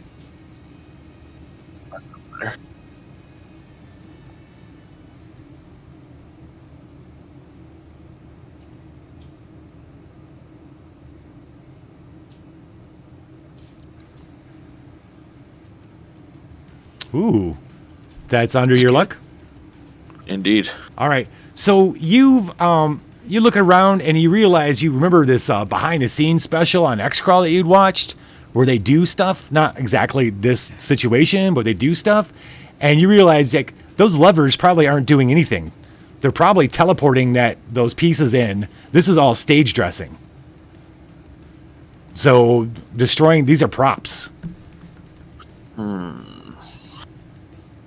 All right, so they basically it was a time countdown rather than anything, I guess. So Yeah. You know what? Let's still stab the clown, I guess. When in doubt, stab the clown. When in doubt, stab the clown. Scientist. He didn't. No, he doesn't have anything on him. Let me check, but I don't think he has anything on him. Because he doesn't even have an. Oh, he has a short sword. He drops a short sword, Grape Ape. We'll say he dropped his short sword. He didn't really have it drawn, but let's say it fell off of him. 2 damage. 2 damage. You can add luck to damage, just so you know. All if you right, wanted yeah, to. let's pop 2 off then. Make it a 4. All right. I think that takes my luck down to 11 now. He's hurting. He's you've perforated him good. You got him another step. He keeps looking back over his shoulder at the tank, like he's waiting for something to happen. What's about to happen, clown? Meanwhile, nunchuck flurry of nunchaku over here attacking the messenger. That's a shit. 17. That's exactly what you needed. 17. D5. 5 points of damage. Oof. Could you not roll maximum damage just one time when you hit me? If you're gonna hit, that's one thing. Oh no! Oh, another one. Okay, so there goes all that healing you did. Yeah, I'm right back where I was. Yeah. 5 hit points total left.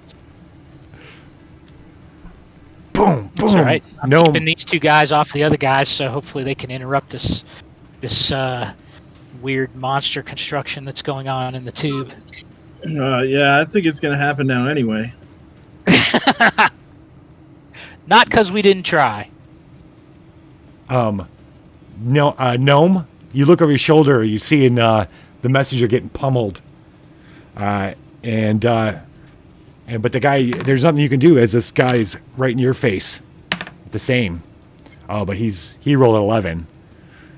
He can't get you. You're too fast. Yeah, 11 doesn't hit 11 you, is right? going to miss. Yes. No.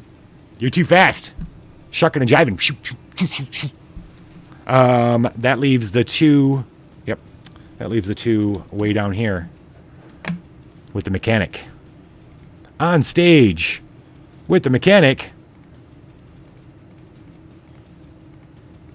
is these 2 fellas, not him.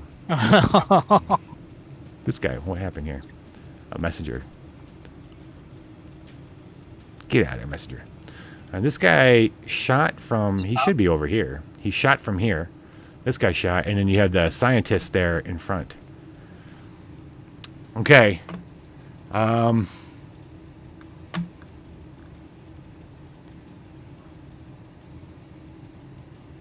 Give me 1 second. I'm checking something.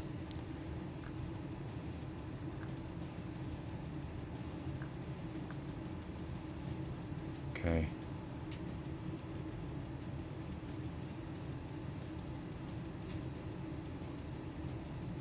Okay.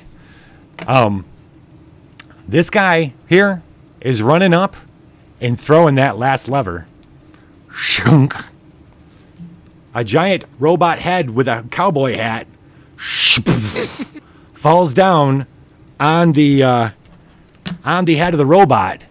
And ladies and gentlemen, a giant robot has joined the battle. He comes crashing out of the tube. Raises his hands and kind of does one of these for the crowd and starts lumbering forward towards you guys up in front. Meanwhile, you see, as soon as that happens, you see this ninja cowboy dwarf. He starts running this way, and he's still there. And so does the scientist. But you get a hit at the scientist if you like. Yeah. I'd like to do another strength to like grab him and toss him over the edge. Oh, actually, you know what? He's not going just yet. My bad. This isn't all happening right now. I'm forgetting initiative order. The robot's got initiative right now. The cowboys are going to be, well, I'll let the cowboys finish their move, and then the robot's going to be doing his. The steampunk mechanoid. He moves 30 feet. Oh boy. No, let's do this here so I know where we're going. All right, he's going to be there. And here we go. Clear these guys out. And you. I don't like this development. No, I'm not too pumped about it either, I have to admit. He's down here. And that was all the clowns. So now it's the gnome's turn. So the gnome is going to pull out his short bow and fire at one of the guys attacking the messenger, the one closest to the door to the left. Okay. I'm sorry. The one. One closest to the this door. guy here. Yeah. Yep. The left of the. I think that's the one that I hit once already, maybe. Yeah, Yep. the one that's hurt. Okay. Yeah, they already took their turn here, so they weren't doing anything. Okay. Yep. Go ahead. Let's see. Short bow is going to be +3, +5. Thanks for the with bits, line DJ eye. Necris. Sorry if I haven't. Thank you. Thank you, buddy. Oh, I did have a question. Yes. What is a Skyfire arrow and a Line Master arrow? Well, that's a great question. You've got arrows like that? That's fancy. Yeah.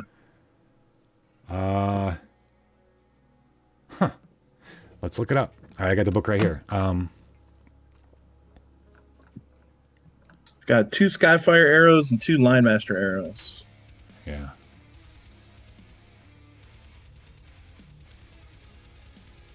I wonder if I can search. But yeah, like I think our rolls have went to crap. God, no and kidding, man. Table to turn. That's going to be an 8. I see the arrows listed in the ammunition section of the book, but it doesn't say specifically what their damage is, just their cost. Right. I see Skyfires and Line Masters. Yeah, it's not referenced anywhere else. I'm just doing like a Control F PDF search. I have the actual book. The super secret book. Yep.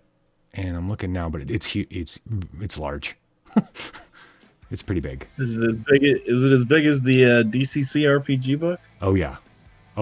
Really? Yes. I wish they would hurry up and do the damn Kickstarter. I know. Get it. I know. I keep asking when is it going to happen. I think he's still behind. He's behind a few other Kickstarters to come. So. Yeah, I thought they were doing DCC 100 first, which should be happening now. So they're just pushing everything out, which sucks. Yeah. Damn it. Can you search in Google Docs? Can you do a search? It feels like you should be able to. Oh, you could. I think you can still Try, control F. Yeah, try Control F. Oh. There we go. Okay. Skyfire? Is that? Yeah, all one word in the PDF. Okay. Wow, they're expensive. So they must be sweet. Right?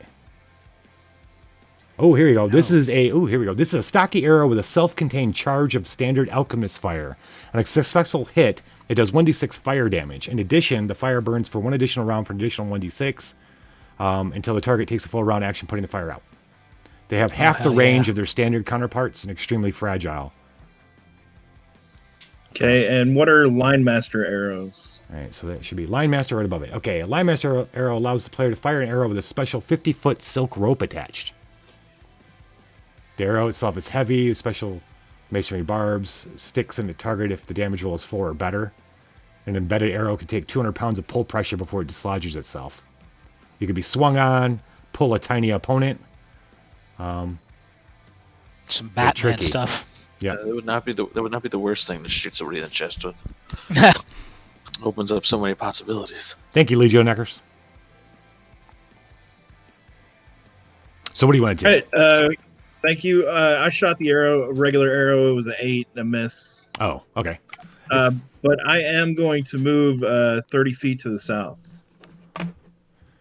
Okay. 30 feet to the north, I mean. Okay. Oddly enough, the clown doesn't take a swing at you as you disengage. So you're going to go here? No. I'm going to go all the way north. to the wall, North. Oh, far away from the robot as I can. Yeah. So here, where I've kind of got you now. Yeah. Yep. Okay.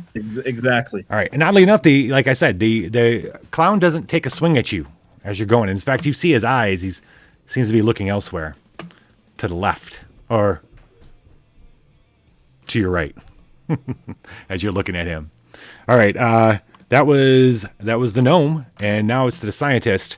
Like I said, the scientist is going to try booking it, and Grum, you're gonna, we're just gonna we'll just theater of the mind that one. So Grum, you're gonna grab him and try to chuck him over. Absolutely. As he tries to run away. All right, let's do it. Yep. Let's do it. I'll Contested give strength. you. I'll give you 2 mojos on that. So 21. So the messenger, mojo 3. Okay. All right, so 21. Oh, Yep. okay. Do it. Yeah, he rolled a 2. Ah! He's gonna fall Down 20 onto the feet. broken glass. 20 feet. What's falling damage? I think it's 1d6 per 10 feet, right? That's what I was going to say. Yep. Yeah, that sounds And right. then there's glass, so come on, an extra D4. Totally. Okay. That's a spirit. I'm a generous dungeon judge. You are. 9, 10 points of damage. You hear him crunch. Oh! 10 points of damage. Where do I got you? Here we go. All right. He's hurting, but you see him trying to get up. He's trying to get up for sure. This is the 5th round, so your lionizing is going to be done in a minute after this round, by my records. I'm going to try to grandstand that move. Okay, yeah.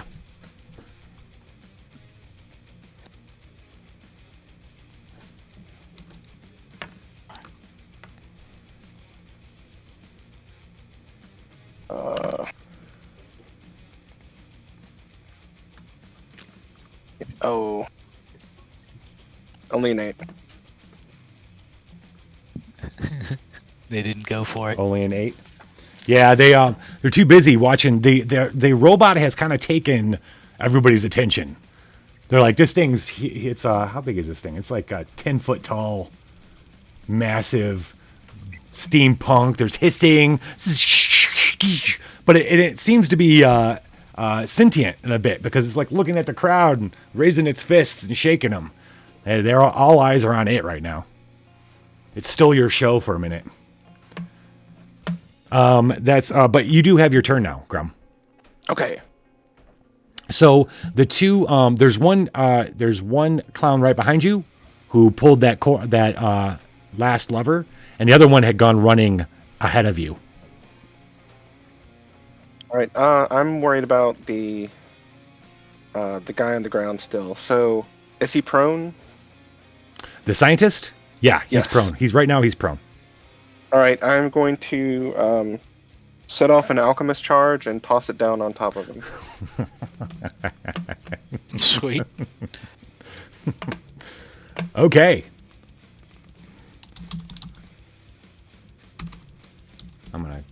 up damage. Basically, Alchemist Charge is a grenade that does And I'm gonna 1d6 spend 2 fire, luck. an additional 1d6 the next round. I'll give you 2 emojis as well. 2 emojis from the jammer. 2 emojis, and I'm gonna spend 2 luck. Okay.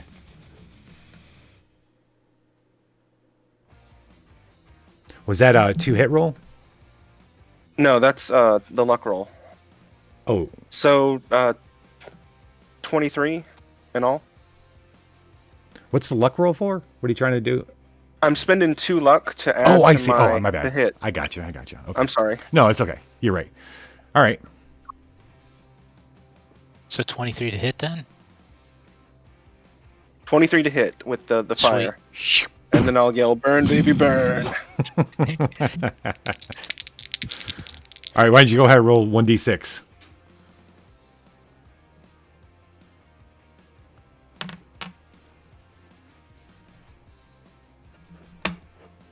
Oh, did it in the wrong channel.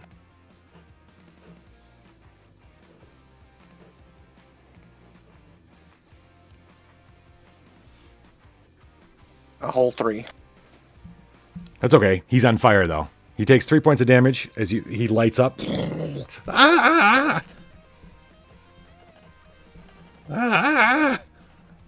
are a match. You are a match.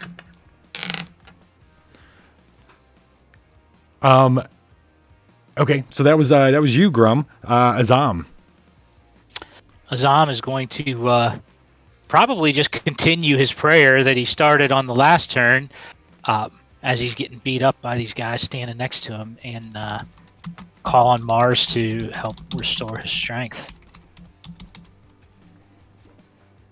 14. Yep, that's just enough to get me to the next tier, so we'll stick with that. That's 3 dice recovered. Whoops, put in space in the wrong place. Space in the wrong place. 13, that's a little better. Much 13, better. there you go. 18. All Finally, right. you see the life start to come back into his arms, eyes, and his stance as he Are you gonna do anything? strengthens his sword. Anything else you want to do? I don't think so. I think I'm just going to kind of, finish my prayer, grab my sword, and get in a defensive stance with these guys. It looked like the other ones were starting to move away, so maybe these guys are going to move away too. So I'm ready to chop them if they do. Okay. All right. Zev, you're not on screen, but I'm going to get you on the screen. What would you like to do? Well, since everybody's kind of, these clowns seem like they're backing up and they're a little nervous as to what this new player to the game is going to do, I'm going to go ahead and start spewing disrespect. Nice. In the direction of, the scientist has spells, so I'm going to go ahead and assign the direction of the scientist for now. Okay.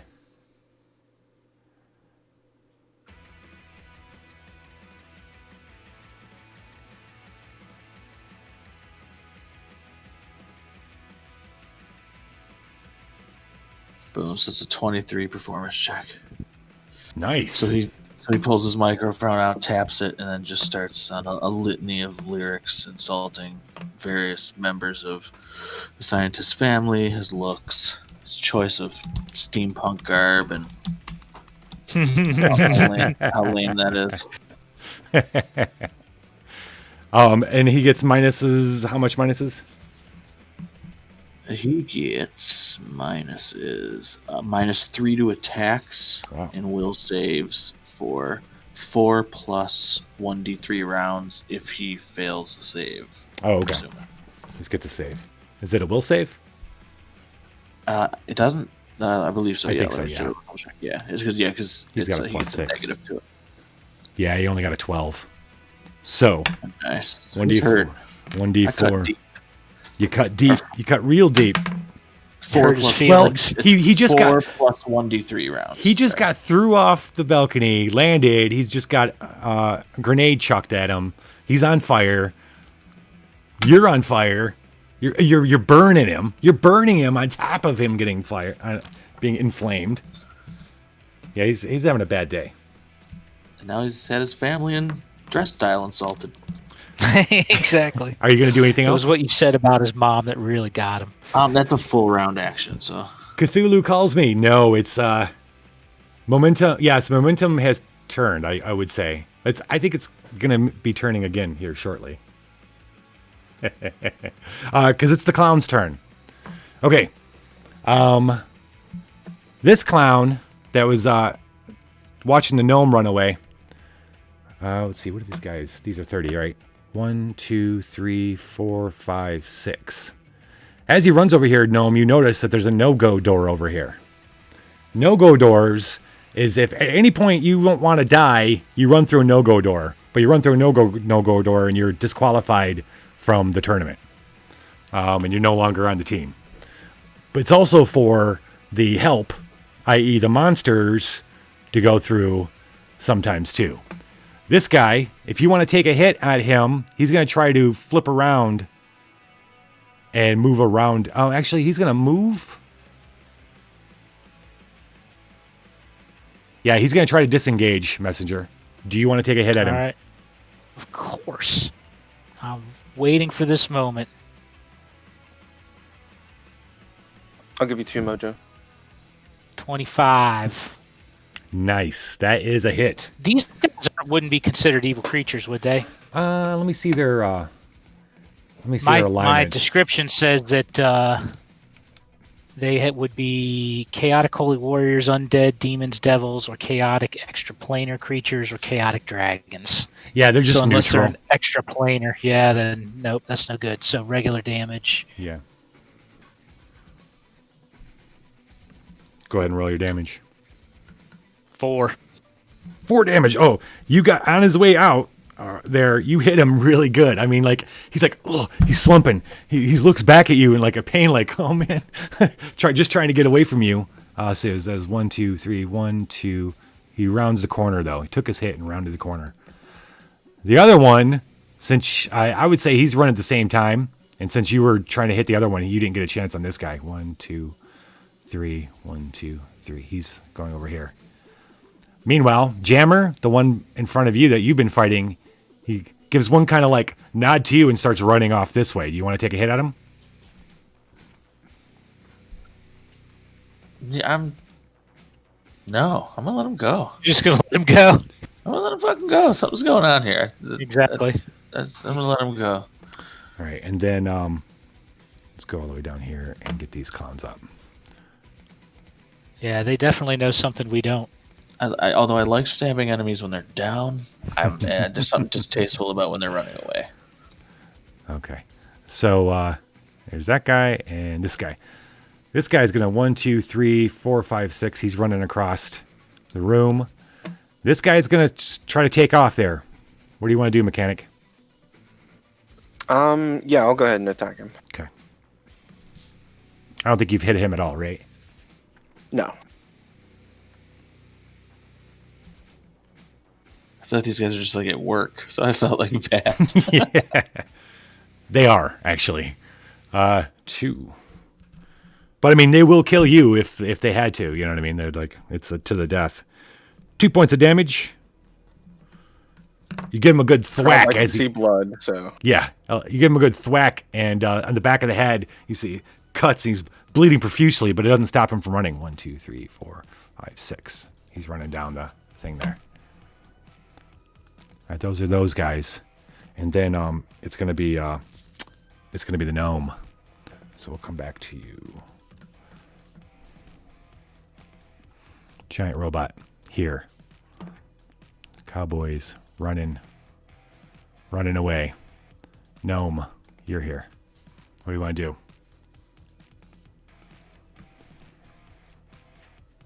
So Tinsel is going to cast a spell to summon his creature companion. Let's see here. Ooh, yes.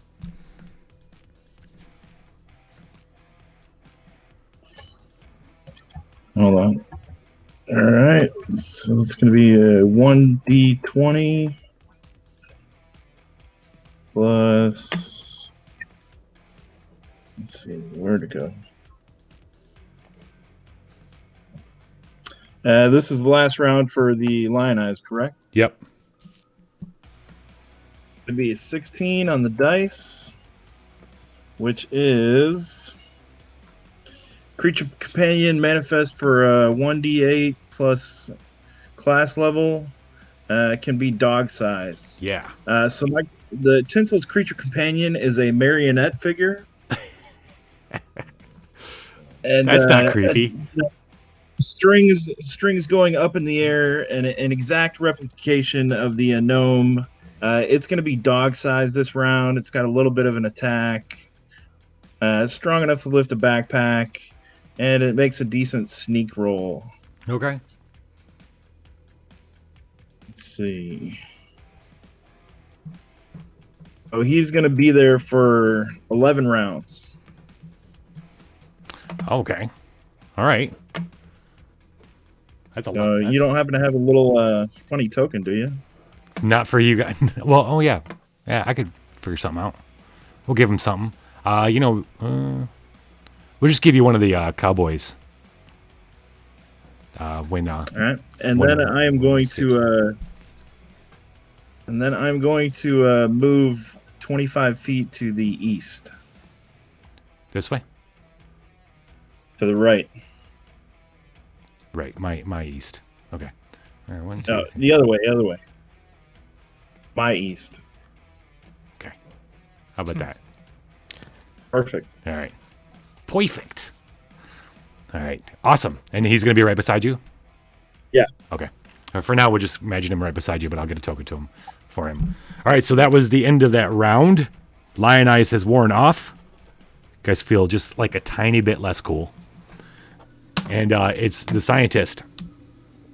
The scientist is going to get up. What is he going to... Does he take another burn? Yes, he's going to have to take another... Oh, yeah. The scientist isn't getting up. He starts rolling on the ground in order to put it out. That's what he's going to do for his turn. He's rolling. But he's rolling... He's going to... I'll give him a chance to roll like 10 feet farther away. He's rolling in glass. I'm going to give him a luck check. Because he's rolling in the glass.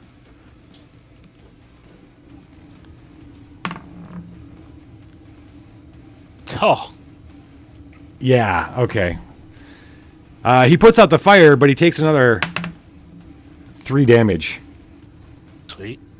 Ow! That was him. We're at Grum.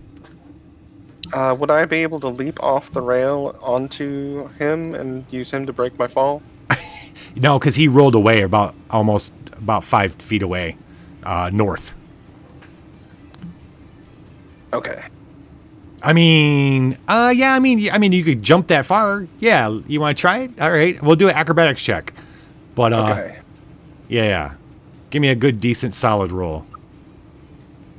Oh boy, here we go. We're gonna spend all our mojo on it.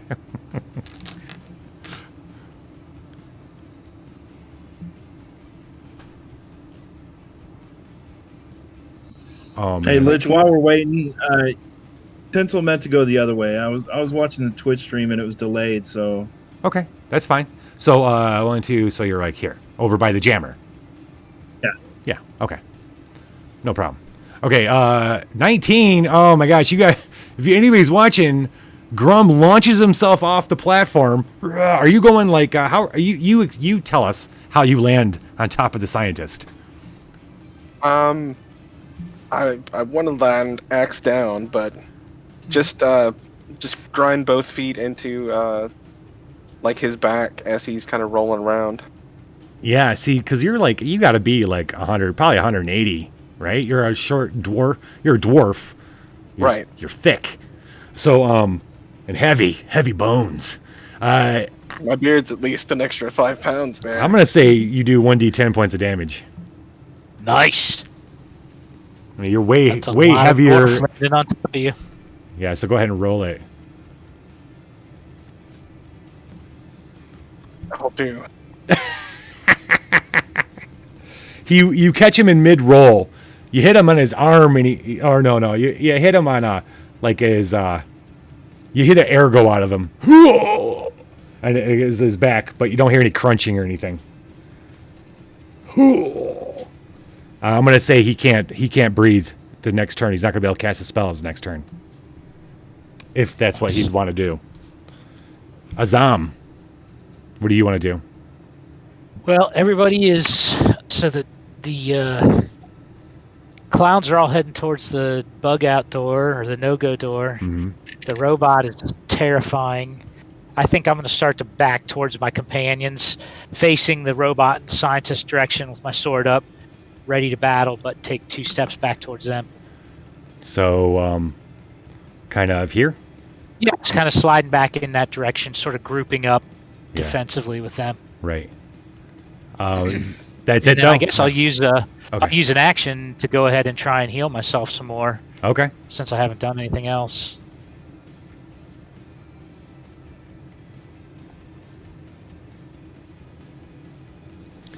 At the end, Go ahead. one more die. I'll take it. At the end of this round, we're going to take a break. And when we come back, we'll see how this battle goes. 3 hit points recovered more. That brings Okay. me right to full. I'm back, baby. Back. I'm back in the saddle Zom is again. I'm back. Totally ready to go. All right, Zom. Now it's Zev. Alright, since my crews we seem to be backing it up and kind of regrouping, I'm going to hit the performance check for Lion Eyes again. Nice. Drop the beat.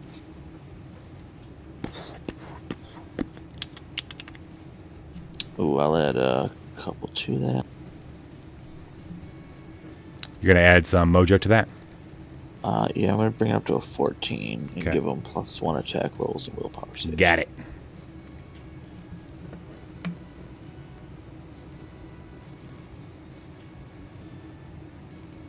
So yeah, he starts, as he's whipping the blood off of his rapier and wiping it to get it back to its shiny state. He's encouraging his allies. Nice. So what's everybody get down? Is it another 5 rounds? Oh, yes. Lionizing. So if anybody in the audience wasn't here when the first time he did it, why don't you give us a lowdown again on what you do for your lionizing? Well, since you described the room as being like a cacophony of machine sounds and like steampunk hisses and clanks, I would use that as the backbeat, and then he uses his wireless mic to beatbox alongside it, like with deep 808 bass sounds that kind of like echo through the whole place. Awesome. Now it's going to lion. He's going to buff all his teammates. And that gives him +1 attack and +1 willpower saves. Okay. Take note, everybody. Right on. That's Zev's turn. And now it's Clown turn. This guy, boom, he's out. He's gone. I might as well just turn him off. There you go. This guy, boom, boom, boom. He is out. This guy, 1, 2, 3, 4, 5, 6. He's out. You watch as they disappear. Out. Don't forget to give me a guy Give you a guy. for my marionette. Oh, yeah. Yep, I'll give it to you. Just 1 second. These guys, let's see.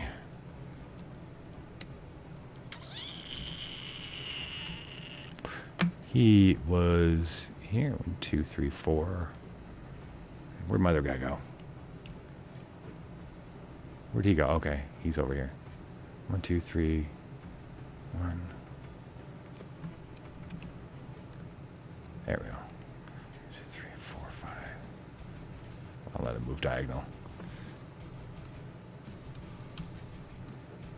And so they're about here and here. They're obviously fleeing. And then one of these cowboys is going to be your little marionette. And then the scientists, I got to turn off. Okay. So they just start disappearing through the no-go door.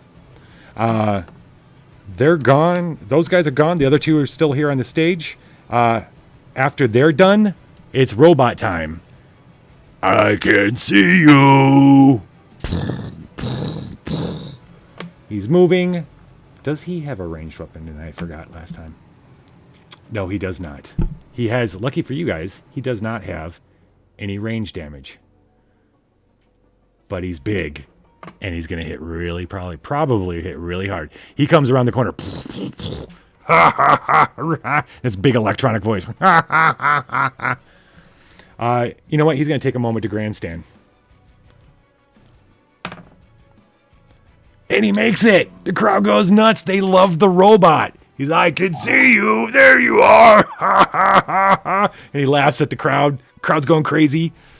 And that's where we're going to take a break. We're going to take a break. I'll be back, a 10-minute break, and get ourselves something to drink, go to the bathroom, do the bio stuff.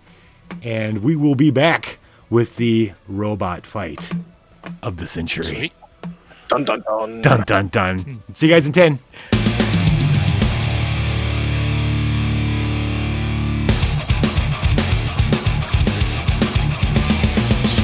Yep, I'll step into AFK for a second.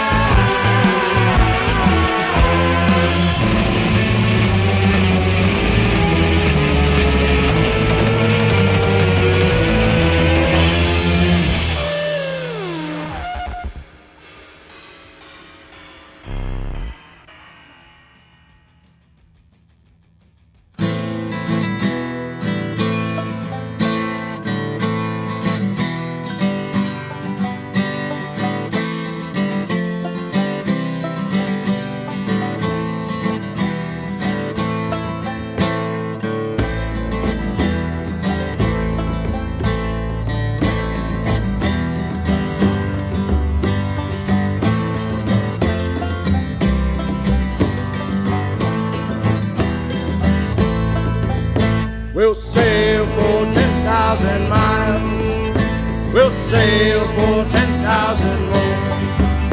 We'll drink and we'll fight and we'll sail all night. We'll sail for 10,000 miles.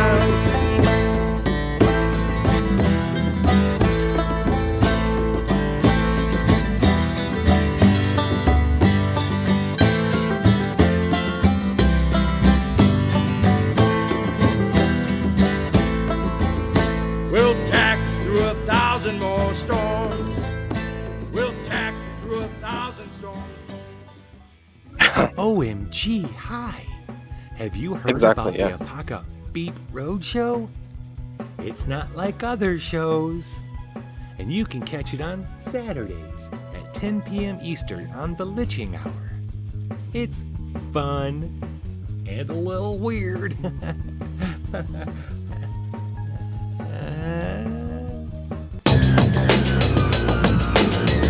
Very fun so far. You're doing great at all.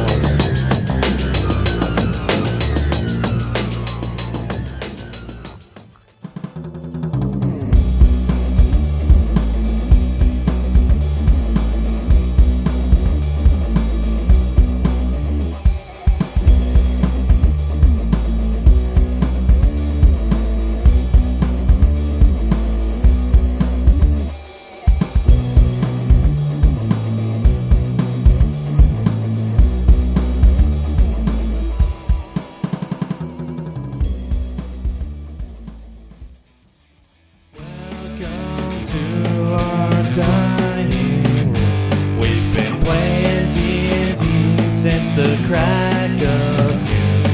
You're welcome to join us around the table.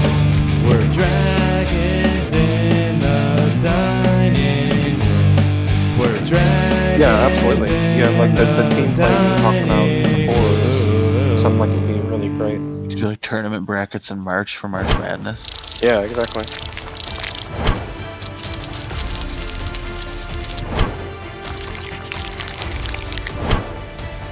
Yeah, the hardest part is going to be getting four, groups of 4 people that can all commit to be in on the same time.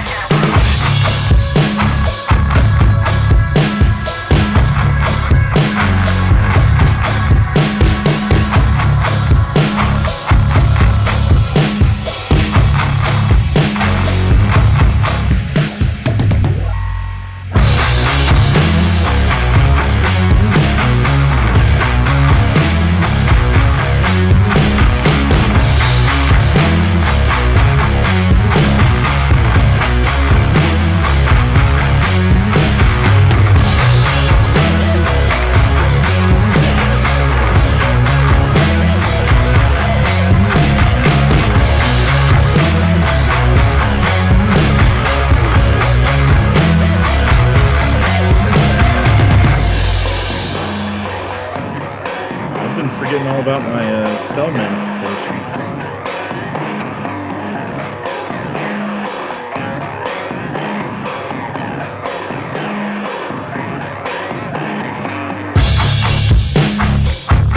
Yeah, totally forget about it. Just going right to the results. Well, we were in such dire straits there for a while. Stuff like that. I forgot to spend luck on the one critical to throw them off the first round. So. It happens. Yeah, I'm still getting used to the mojo. I think it's starting to settle in. Now, it's like becoming my mind is an option.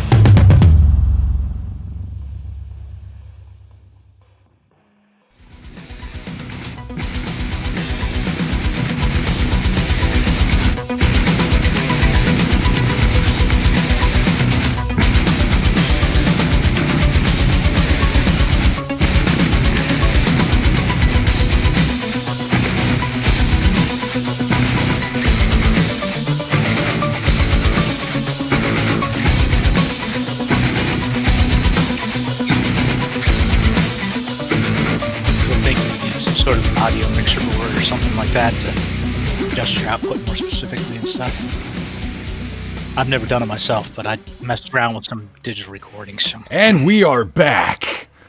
We're back. Our heroes, the Coalition of Chaos is in the intense battle. Well, was an intense battle with steampunk ninja rodeo clowns, who are now hightailing it out of the no-go door because they've managed to summon this 10-foot tall steampunk robot who seems intent on chasing down and possibly pummeling, probably not hugging, our team. Our team is split up.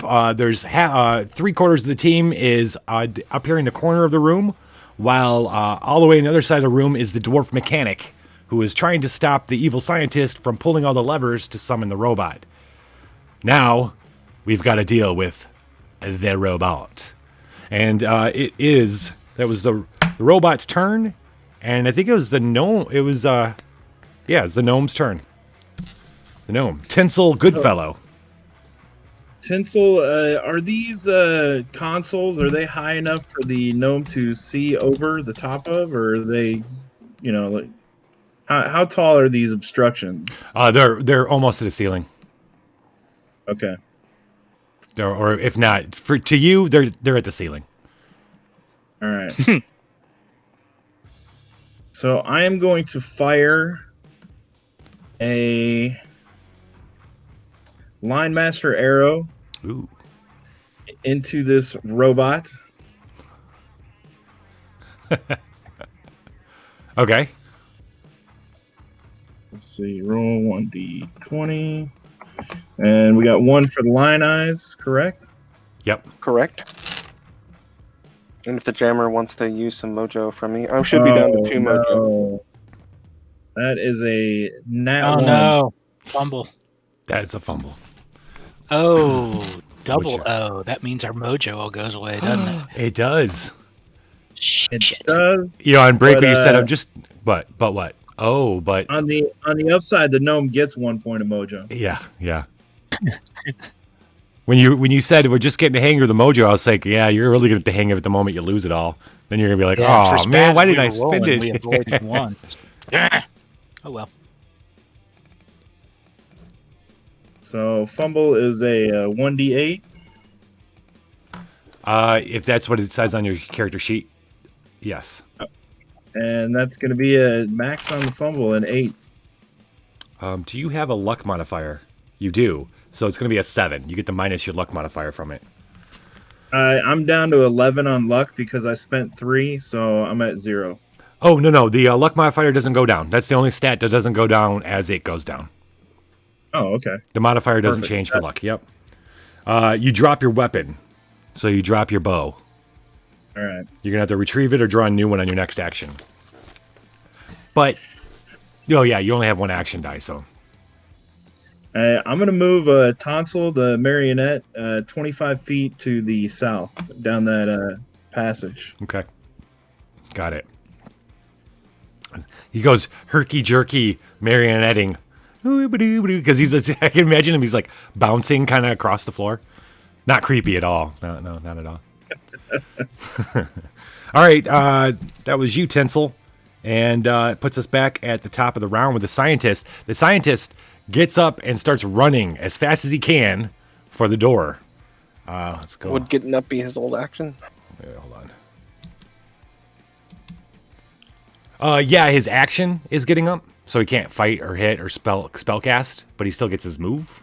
I think that's I for a while I always played like getting from prone up was like basically your whole turn. But then I reread the rules. It's basically takes your action, and you get an action and a move. I think you're right. I agree. Yeah. You get an action and move on your turn. So, anyway, he's gonna go. Where is he? This guy is our little marionette, and scientist was here, and he got landed on. The robot's not here. He got landed on. You landed on him. He's getting up, and well, you're right next to him. So if you want to take a hit at him, you can, Grum. I will. Oh, I fumbled. Oh, good news. We don't lose any mojo. And the gnome gets another one. Yeah, but I would have lost the one, right? I think. And then regain. I guess that's how that works. Yeah. And a 3 for my fumble. All right. You're kind of caught off guard because you were like kind of standing on him when he jerks up, and you go to hit him at the same time. He pulls your leg with him, and causes you to. Your weapon comes loose in your hand. You quickly grab it, but the grip is disrupted. You take a -2 on your next attack roll. And how fast can this guy move?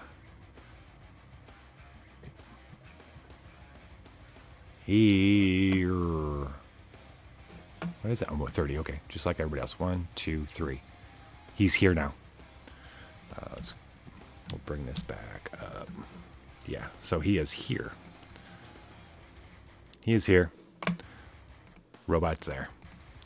Grum took an opportunity attack. Scientist ran. Now it's your turn, Grum. You gonna go running after him?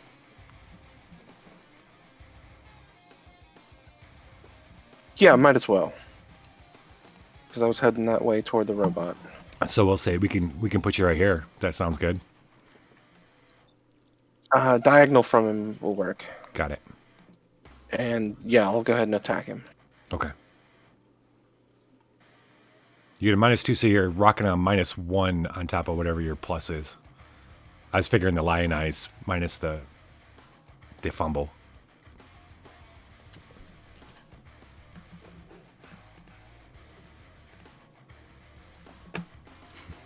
Fake academia. That's right. Now these rolls look more like Xcrawl rolls. 17. That's a hit. For 2 damage. Oh, you hit him another. How's this guy doing? All right, he's limping a little bit.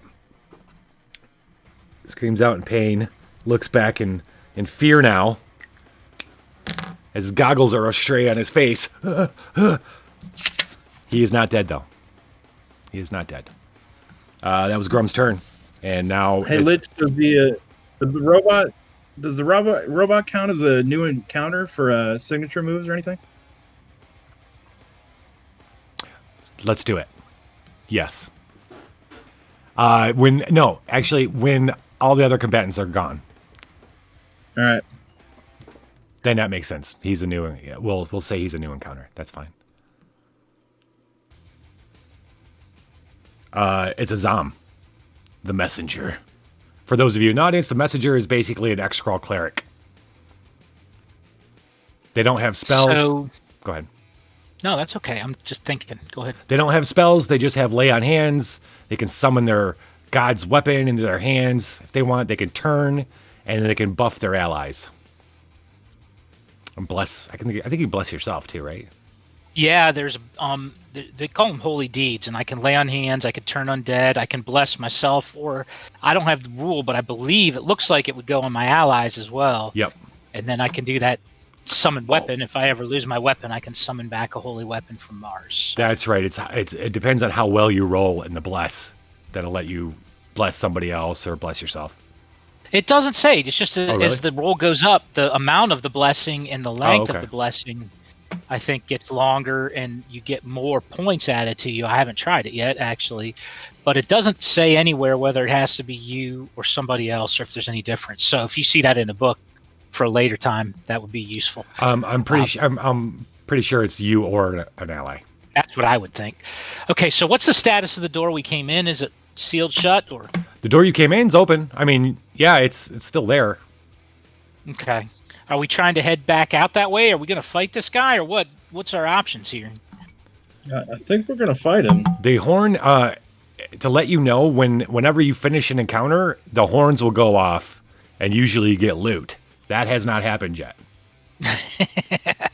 All right, then. I guess I'll... I can only move 2 squares because of my armor. So I'll kind of... I guess maybe slide up diagonally, like from where I am, maybe move diagonally lower left 1, and then slide 1 square down below that, and attack this guy. You think I'm There right you go. about here? Right there. Okay. Right about there. Okay. And I'm going to do my signature move. Oh, no, Okay. forget it. My signature move is not a combat move. I forgot. It's a healing move. Right. So I'm going to do my regular longsword strike, unless this guy would not count as one of my evil enemies, I'm guessing, since the other clowns didn't. Yeah, he's Okay. yeah. I don't think he even has an alignment, actually. Oh, he's neutral.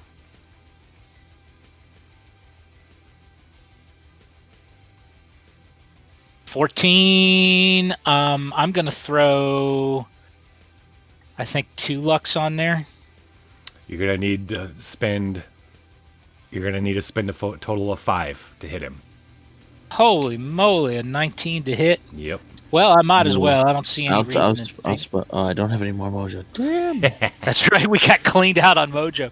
All right, I guess I'll spend the 5 to make it hit. Okay. All right. Let's roll your damage. And then my damage.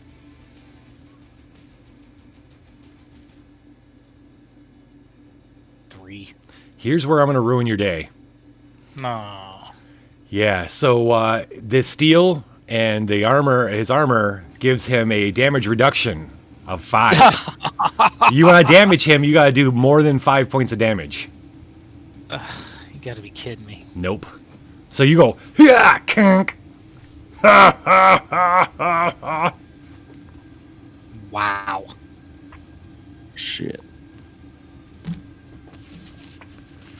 Maybe we gotta get him back towards the, or maybe something to do with the levers or the glass case he came in. Maybe we can corral him out of doors or something. I don't know. It's your turn, Zev.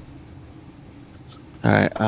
Do I have enough movement to head south there around that little Around behind my head? little terrain? Yeah, and then still get a clear shot at the scientist. So you can go over here, and then he'll be down here in the scientist. What's your range? 1, 2. I got a 4. crossbow. Oh yeah, you can hit him for sure. You can hit him for sure. We'll just play that theater of the mind for now.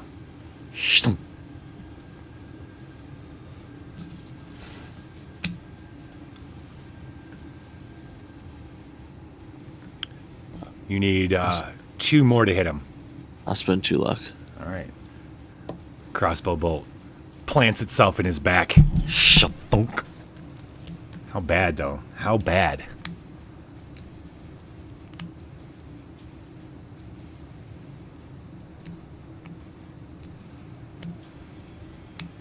Nice. He goes down.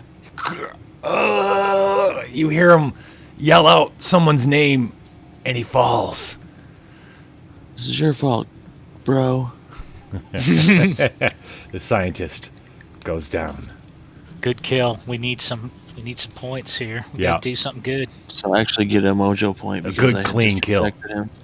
Because you Actually, we did. yeah. Yeah. So all classes have a special thing that they do if they get mojo. Yours is to down somebody you've disrespected, right? Exactly. All right. Awesome. Jammer's turn. It's over. The remaining clowns disappear through the no-go door. They're gone. We have one left. That's this guy, the marionette. The clowns have left. The scientist is dead. He's laying, or at least he's not getting up. And that crosses them off the initiative list. So now it's the gnome. Now it's just you guys and a robot. New encounter. All right. Tinsel is going to move 25 feet to the west, to the left side of the map, right at the edge of that corner of the that embankment right there. I'm going to try to after I pick up my weapon. So I'm going to pick up my bow and arrow and then move, and then that'll be it because I got to pick it up. Okay. All right, you grab it up and you scoot over there. What about the little marionette? What's the marionette's name? Tonsil. Oh, Tonsil. Right, Tonsil. Tinsel and Tonsil. Nice. Marionette is going to climb up on top of this stack of machinery right to his left. Okay. Give me a roll for him. Does he have stats of any sort? He does have some kind of stats. Let's see here. He's got AC 12, attack is +1, 1d4 damage, movement 25, action dice 1d20, hit dice 2d6. I'm imagining what you're planning on doing with this guy. Okay, let's just give him a little roll to see if he can make it up there. 14. Okay, yeah, he scrambles up. He gets to the top. There's a bit of space up there between the ceiling and the equipment. It's higher than the robot. Maybe. All right, he's gonna wait right there for a minute. All right, let's put him on there. All right, here we go. Okay.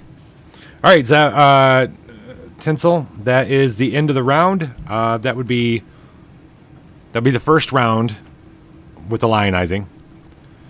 Now we're back to Grum. All right, I am a dwarf, which means I'm good at fighting things that are much larger than me. Okay. And I'm also a mechanic. So I'm going to try to use my knowledge to try to find, like, is there some sort of panel in this robot or anywhere where there's wires exposed, any weak points that maybe I could grab at and rip out something where, it causes him to lose some functionality. Yeah, why don't you give me a roll? Any particular... Well, I actually, you look at this thing and you think, all you can think is, damn, they made this good. Too good. It is. You're actually admiring it. You're like, oh, whoever did this did a damn good job, and it looks like it's thinking. It doesn't look like it has any weaknesses. Oh man.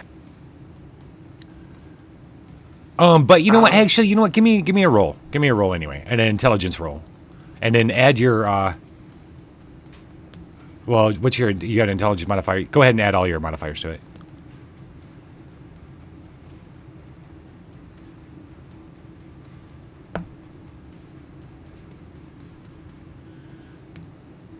Did you get a 17? Yes. All right. Yeah, it doesn't look like it has a weakness, but you do know anything metal like this would probably be weak to cold.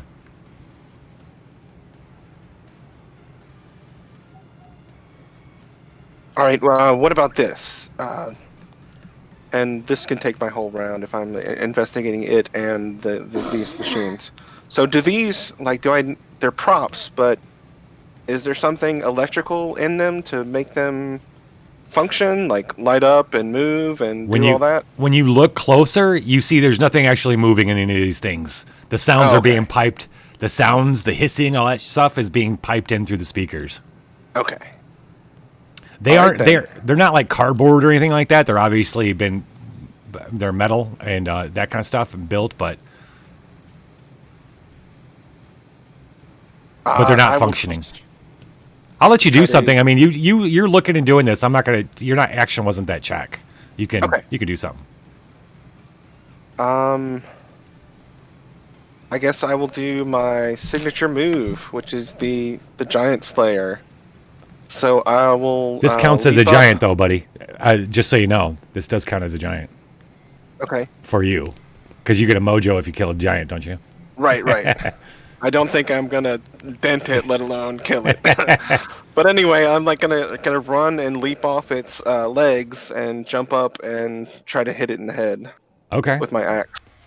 What's your signature move called? The giant. Oh, the giant slayer. Duh. Okay.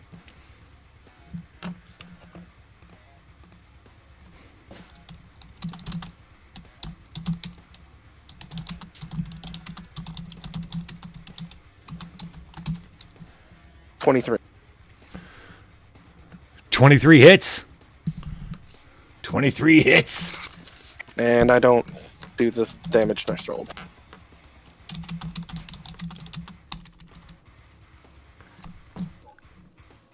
You only rolled a 3 on damage? Yes. Man, we got to get damage down, don't we? Damage reduction of 5. We're in trouble. Damage been a problem this whole time. All right, Grum. You jump up and you hit it, but you're just knocking on him. Dunk, dunk. Ruja, little one. Tries to turn around to see you. Tickle. Azam. It's your Azam. That's jeez. Azam. Your turn. Oh man, I'm looking. My blessing does not help. You know what? It might help my damage. Oh yes, it does help my damage. So he's gonna have to just take a moment after that shocking blow to the robot and realizing how fierce this thing is, and he is going to once again pray to Mars, and this time ask for his blessing to empower his strikes against this robot. You do also have do you have it in there? I just want to make sure you have to know at your disposal. You have divine. Oh crap! It's not on your sheet. I need to let you know this. Okay. Divine aid. Yep. Like a cleric has. Yep. And let me read it out for you. Okay.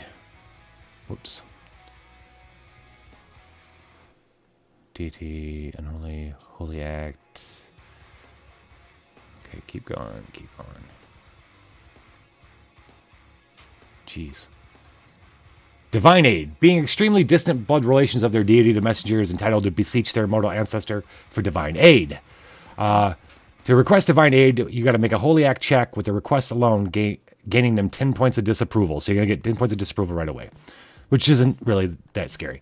The result is based on the result of the holy act check and the messenger's request. Consider a 10 to be a minimum result for success, representing the smallest of miracles. Like small fire stopped or started, a small object floating. A 15 to be useful but limited, a downed ally returning to consciousness, an allied blaster gets a last spell back. A 20 or more to be a powerful miracle, downed allies return to full health, the perfect item to defeat a given enemy materializes in the messenger's hand, an insurmountable problem is suddenly solved, that kind of thing. So that you do have at your disposal. Okay, I think I will save that and stick with the blessing for now. Okay. And with the 16, that will give me, for the rest of the encounter, I'll get +1 on all attacks, damage, saving throws, skill checks, and spell checks, though I don't have any spells. Basically +1 on everything, except luck checks, I think, for the rest of the encounter. Okay. And then I'll stand tough. I don't want to risk the opportunity attack. I'll stay there, maybe set up a flank for somebody or something, but I'm sure it takes my action to do the blessing. Okay. I'm assuming it takes my action, I Yes, guess. yep. The holy act is an action, yep. It's like a spell, yeah.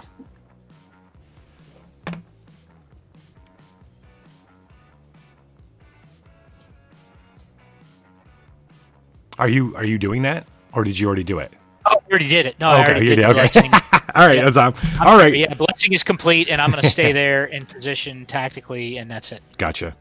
Zev. All right. Oh, where now are you? Let's get Zev on the map. There you go. Oh, yeah, you're around the corner here. I am going to start dropping a diss track to the robot and disrespect him. That's right. Don't you want to be a real boy? You got no soul. I might as well drop the mojo on that, make it a little harder for him to overcome. Did you get some? Yeah, I got one. Sweet. So, okay. So you're dropping some luck on it? I can do luck after the fact. Yeah, I'll drop luck. Oh, yeah, sure. Yeah, Yeah, I'll drop the luck. I'll drop 2 luck. Why not? You can't take it with you.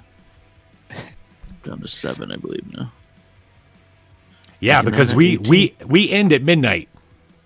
Right, exactly. So that's what I'm saying. Well, or whatever your time is, midnight Eastern. 20 We minutes. play again in 2 weeks, right? No, but the other team gets a chance in 2 weeks. And then But if our just tonight? Yep. Oh, I thought we were playing again. Okay. Oh So no! If I'd known you were Xcrawl, interested in that, I would have. I didn't want to bank. I hit you guys up for a one shot. I didn't know if we'd. But don't worry, you'll get another chance if the Chaos Coalition will get another chance. Maybe not this one. And Xcrawl, does luck replenish in Xcrawl? Not during the Xcrawl, but like same as DCC, where a specialist will regain over a certain amount of time, that kind of thing.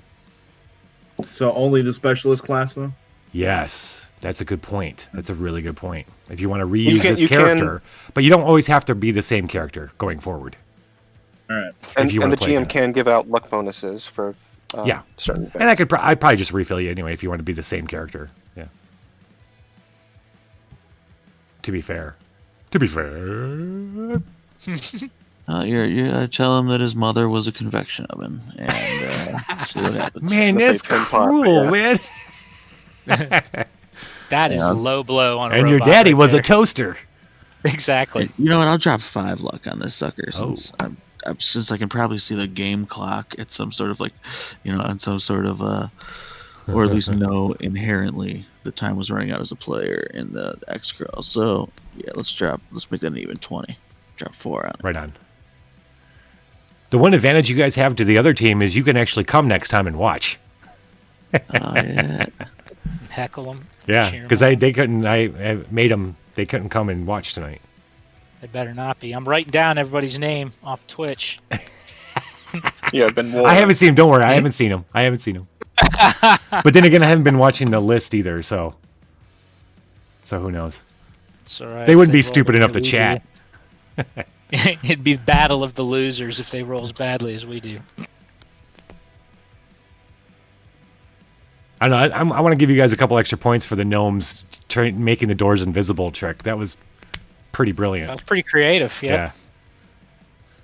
All right. So what's the line? I mean, the what are you doing to the robot? Yeah. What are we getting? The mechanoid. Oh no, you're dissing him. That's right. Yeah. Yeah, so that means he gets a -3 to attacks. Ooh, Will nice. saves for 4 plus 1d3 rounds. You want to roll it? Does it affect his AC at all? God, you wish. Yeah, his damage reduction is what's killing us. Because even when we do finally hit, then it's 5 off of the top. Yeah.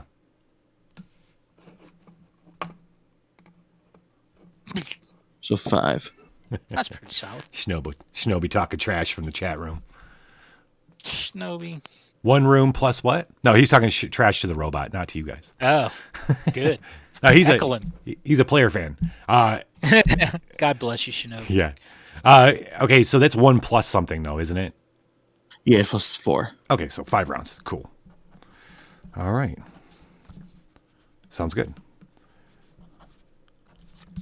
All right, he turns and his you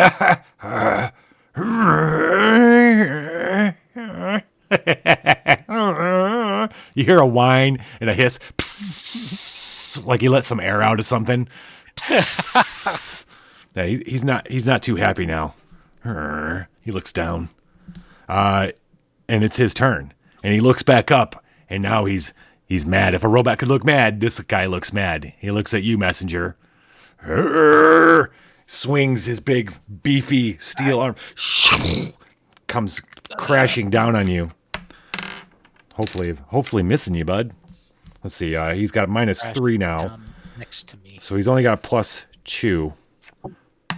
I don't think. Yeah. 7. Blessing does not help me. Nope. That's all right. 7's gonna miss. 7 misses. He comes crashing down. You back up. He's a curse.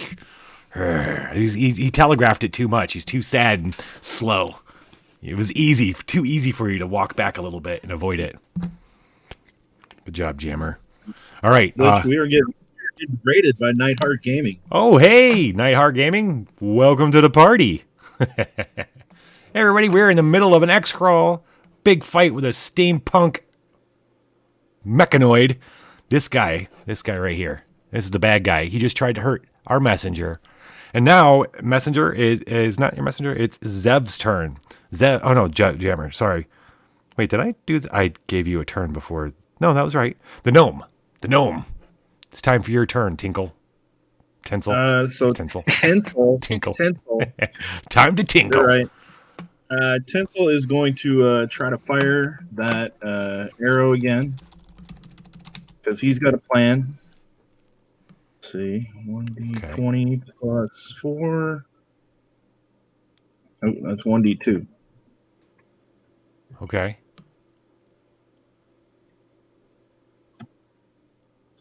It's going to be a 22. Okay. That arrow is going to land solidly. 22 hits. Stink. Now, hopefully. What kind of arrow are you shooting again? I'm shooting the one with the silk rope on it. Oh, okay. Yes. Yes. Mind Master arrow. Well, you got a plan. All right, so you're actually doing a point of damage to this guy, and it sticks to him. Stunk. Now there's a silk line leading from the robot to you. From the middle of his back, because he turned to hit messenger. Perfect. I'm going to move 25 feet over to Tonsil, the marionette, throw the end of the rope up to him so he can wrap it around those gears on top. All right, so you can move, but you're not going to be throwing it because you shot. Your action was to shoot, right? All right. So you have to wait till your next turn to throw it up to him. But you definitely move over. So you move over right about here, right? 25 feet. Are the gears on top moving? No. Please say they are. Okay, sure. Mm-hmm. They're moving. It's now canon, just so for the next team, they know that they're moving. All right. Yep. They're fake metal things. They're moving, but they're not making much sound. The sounds are coming from the loudspeakers. So that was your turn, Tinsel, and we're back at the top of the round. That's second round with the lion eyes. Grum, it's on you. I'll yell to Tinsel. Do you want to do plan 33B or XO9? And you know that to mean either, do you want to try to wrap this thing's legs up in the rope, or are you just trying to anchor him and that's all? No, I'm gonna throw the rope up to Tonsil, who's gonna wrap it around the gears, which is gonna pull the rope, slamming the robot's back against the machinery, pinning him to that one spot. Okay. In my mind, that's what it looks like. All right, so to give us a little time with that plan, I will throw a smoke bomb at the robot's feet. Okay. Is that going to obscure vision and all that cool stuff? Yeah. Do we need to find I don't know the range and all that, yeah. Yeah. All right. It's right here. Look at me searching. Okay. Small pressure projectile. Yep. To make dense gray smoke. 15 by 15 smoke cloud. Lasts for 3 rounds. Cuts visibility. Allowing characters to hide or take other unseen actions. Okay. So it's going to make it hard for him to see for sure. You're going to throw it at the robot? Yeah.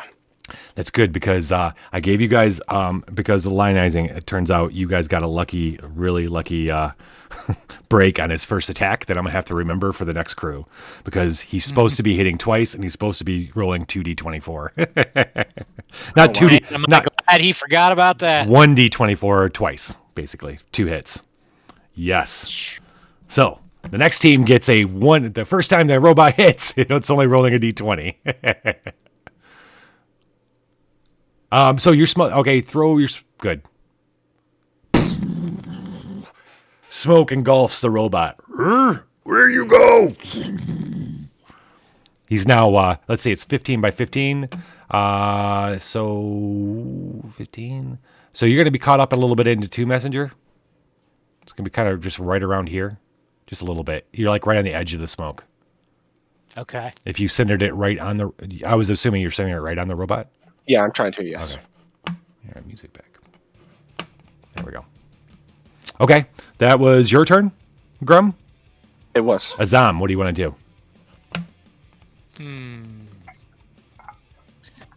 So he's got this rope hooked onto him now, and what was the determined maneuver there by the dwarf? What's going to happen with the rope? Can I like try and guide him somewhere or trip him or do something to help with that? Well, so I'm hoping the rope will get wrapped around the gear. The gear will pull the robot to the spot right in front of you and kind of secure him in that one spot so we could all smash him at range or try to tip over the console on top of him, something. Okay, so I'm just going to go ahead and attack again since he's... do I get any benefit from him being blinded in that smoke, or is he even blinded? He's blinded, but you attacking him in the middle of the smoke, you're gonna take the penalty too. What did you say? That was a die on the dice chain, I think.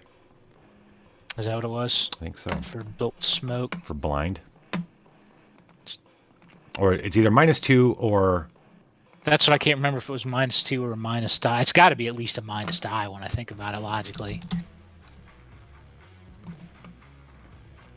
There's modifiers. Blinded attack roll modifier. If you weren't going to be blind, you get a +2 to it.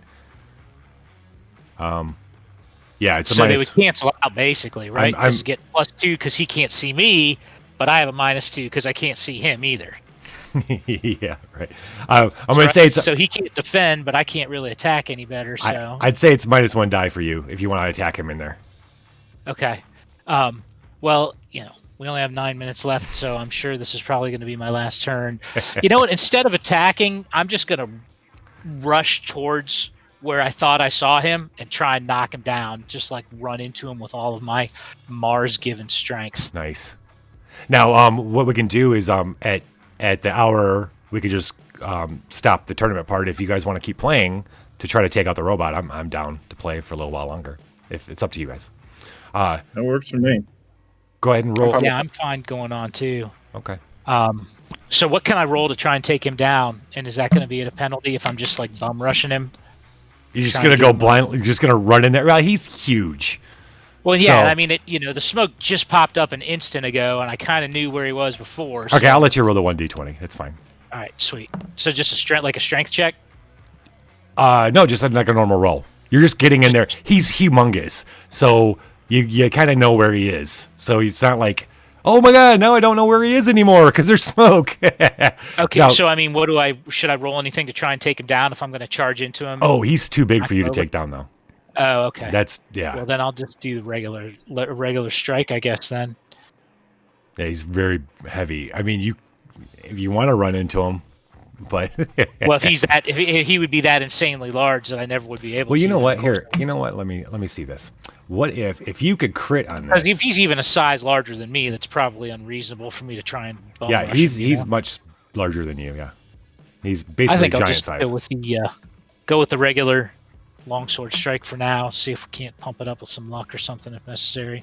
Oh, and I got the bless going here, so this is going to be one on top of that. That's only a 12. Yeah. Well, shit. I guess I can't take the luck with me, like Laz said. So I'll go ahead and spend 7 luck on it. Just so you know, I mean, the luck can be spent on damage too.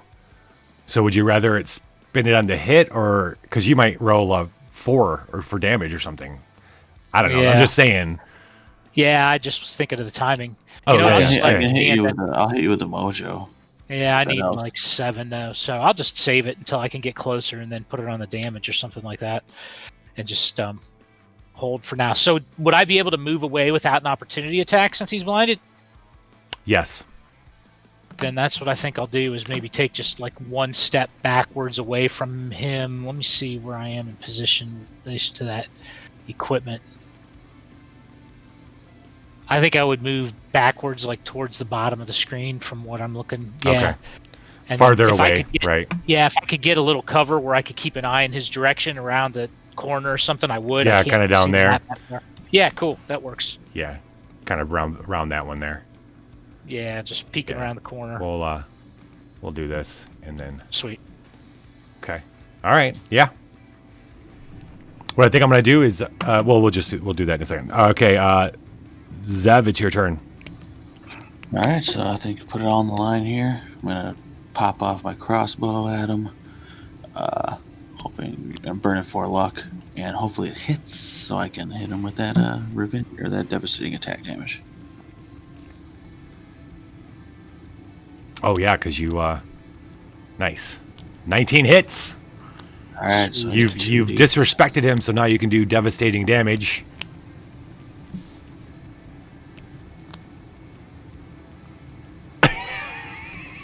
No. Man, damage rolls not going our way tonight. not so devastating. Not so devastating. You hear, ping. What were you? What were you using on him? Your Crossbow. Oh, your crossbow. Yeah, you just hear a ting, clatter, clatter, clatter, as it hits the ground. He's going to move out. Boom. Looking around. He moves here, looking around. Where'd you go, Tin Man? And then he sees you. Oh. But he's not close enough to hit you.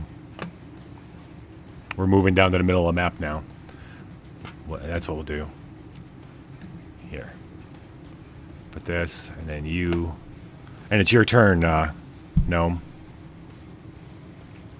All right, so Tinsel is going to run over to Tonsil and toss the rope up. So as soon as Tonsil gets it, he's going to start winding it around the gear and hoping that catches.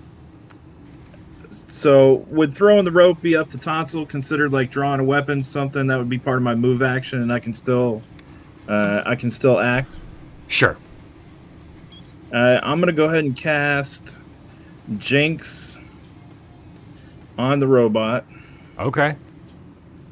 And is it +1 to spell or spells too, or just attacks?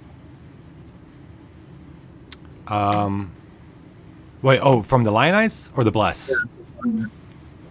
For the Lion Eyes. The Lion Eyes for spell checks too. Okay.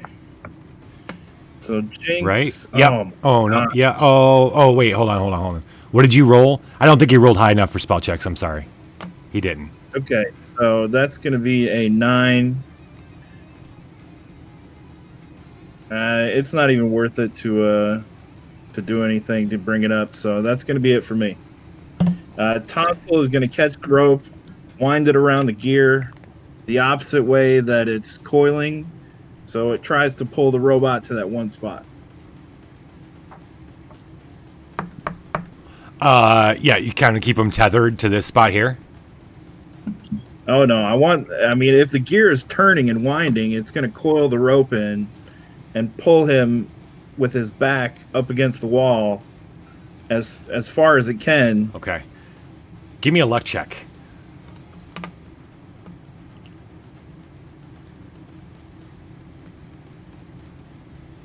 How much luck It's you going got to be left? a 10, and my luck is 11 right now. No way. Perfect. All right. It's working off just like you thought. It's pulling him closer. He's now tied to this place right here. But it kind of grinds to a halt. It just kind of tethers him there. He's going to have to try to break free.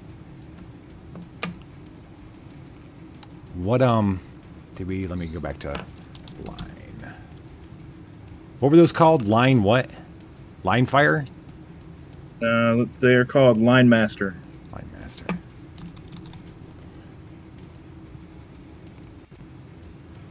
Okay, I'm looking up that while it is Grum's turn. All right, I am going to rush in and strike him with my axe. 17. Hope I needed a 19, so I'm going to spend. I want to can I give spend you one luck at a time? You can spend more than one luck.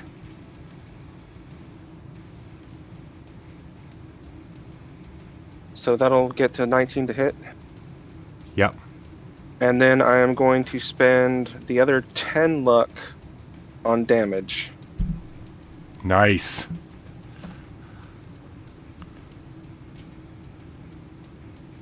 So, is that 12 damage? Minus 5 is 7? No.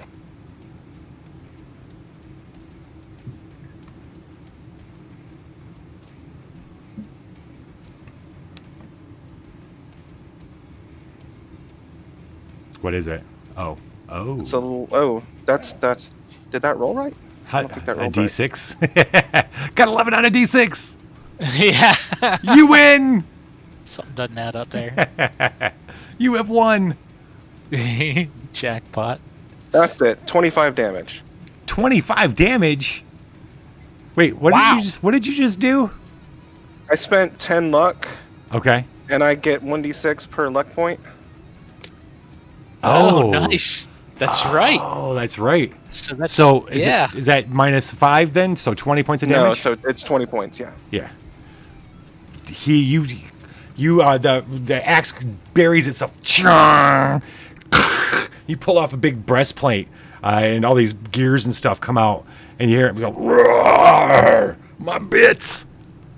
He got me in the bits. Got my bits. But you see the stuff inside still whirring and hissing and going. He's not dead. All right, it's 12 o'clock. We're going to give everybody one last round after Grum. So everybody gets one last round for the tournament, and then we'll just keep playing. So, I'll have to roll out after our last round, but I won't be able to keep going. But what happened? Oh, okay. I won't. That's fine. Yes, okay. I could do this last round, but then I got to take off. Sorry. No problem. All right, Azam. All right. Well, I am going to, I guess, be encouraged by seeing the axe smash in there. Was I able to see it? Or is there still smoke in there? Or what's happening? No. He walked out of smoke. Yeah, he's out of smoke. You watched as here. He ran over. You're right here. You see him leap, and you see a big plate of metal go ripping off of the robot, go flung across the room. All right, then I'm going to move out there and try and get in on some of that action. Yeah, this is like a holy rite for followers of Mars. 13. Well, this is the last round, so I'm going to put 6 luck on it to make it hit. Fuck it. Yep. Got nothing else, so that takes me down to 3 luck, so I got 2 more to burn on damage. So my damage then is a D8 plus 1. I gotta go in the... So 8, and then I've got can afford 2 more lucks, so make that 10. Oh, plus my blessing, which would have given me a luck back from the other one. So that'll be 12, and that'll take me all the way down to 1 luck. So you're going to do 12 damage? 12 damage, yeah. Minus the 5 for 7? Correct. So I guess, yeah, effective 7 for him. Is it still 5 since he's missing his breastplate? Yes. Yeah. Wow. Yeah, I just imagine like you ripped off part of his chest as that's the damage, you know what I mean? But he's still heavily armored everywhere. I gotta worry about that in a second. Okay. All right, so that was Azam and Zev. All right. Well, if it ain't broke, don't fix it. I can't spare any more luck or mojo, so here's a raw dog's crossbow attack. I'm thinking Grape Ape, he's going to spend its turn ripping itself away from the line master. Or at least one action trying to do that. If that doesn't work, he'll do the other action. Nice. Wow. What'd you roll? Except for damage reduction. 4. 23 to hit, 4 damage. Oh. Did you add your this damage or whatever? Oh, no, that's 1 more D6. You're right.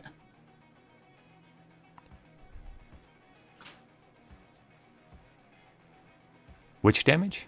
Oh, Jesus. My, for disrespecting him. Oh, right. So you got 1 through. 1 through. All right. That's Zev, and now you, Tinsel. You and Tinsel and Tonsil. So Tinsel is going to start charging at the robot, chanting a spell called Fey Aspect. And he is going to leap at the robot's chest at the very last second when he says the last syllable. He's been saving this spell for the end. Dynamic finish. Okay. 13. I am going to use You can spell burn. After the fact? Yes. No, wait. You can't spell burn after the fact. Sorry. You're right. You had to do it beforehand. You can do luck after, but 13. I'm going to use 7, bring my luck down to 4 to make that a 20 and turn 6 inches tall because I want to land inside his chest. okay.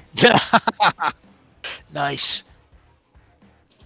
And I'm going to be looking. I mean, that's going to be my action. But next turn, he's going to feel some pain. And just to insult matters worse, Tonsil is going to jump on the back of his head because he's slammed up against the back of the machinery. Tonsil is going to climb onto his head just as a distraction and start smacking him in the face. And Tonsil's actually going to throw his hands up and try to get the crowd cheering. Where are you anyway? Let me get that. All right, so you're inside the robot now. Tensil's you're gonna try a grandstanding attempt, or this is a new encounter, so you could. Tonsil is going to try to grandstand on top of the robot's head, smacking him around. Rubbing his butt on the top of the robot's head, insulting him. Uh-huh. Fantastic. Do you want to make that a grandstanding check? Yeah. Let's see, grandstanding plus 6. 13. 13 didn't make it. No. The crowd's amused, but not that amused. I'm amused. I loved it. All right, so that was the last of that. That was the last of that round. You guys finished there, but we can keep going. With Grum. That was awesome. That was awesome, guys. I have to take off Okay, for buddy. work purposes. But again, thanks for the invite. Happy to do it anytime. That was Absolutely, awesome. buddy. Good Thank you so plan. much Yeah, for joining. very fun. This- See you later. So everybody knows that ends the official part of this. This is a two-team tournament. These guys tried this level of the dungeon this week. In 2 weeks, another team will try the exact same dungeon level.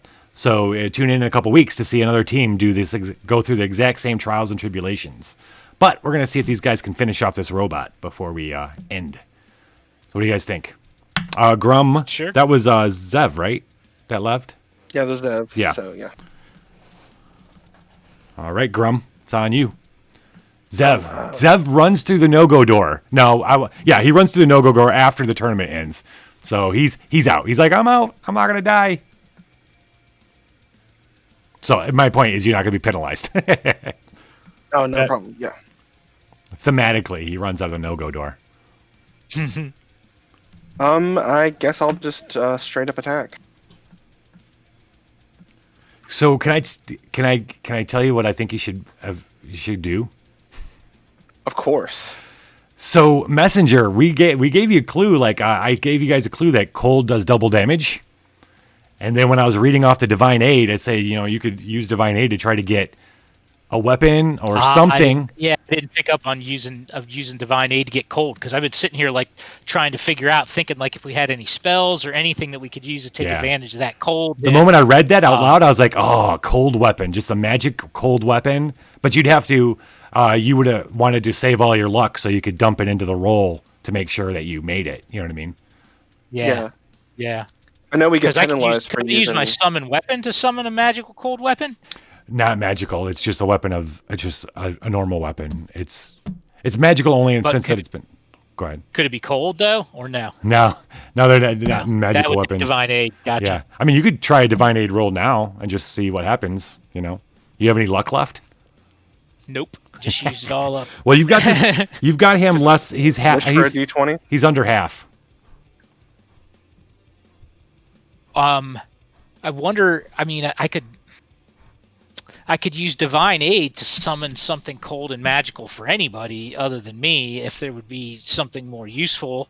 Or I could use Divine Aid to try and do something different, like summon a snowstorm or empower a spell for somebody else, or something. Or like even that. just enchant somebody's weapon to be cold. Right. Exactly. Like give it What to the about, like- cold axe. Could he Divine Aid to either disable the robot or maybe teleport it to another plane or something like that? Yeah, if he rolled That's high actually- enough, I could do that. How about if I divine aided for a cold effect on it, like freezing rain kind of thing? Try and coat it in ice or something that would shooting for an effect of penalizing it in some way. Ideally, if there was something I could do to lower its armor class, make it more vulnerable. Well, you got to roll for it anyway, so.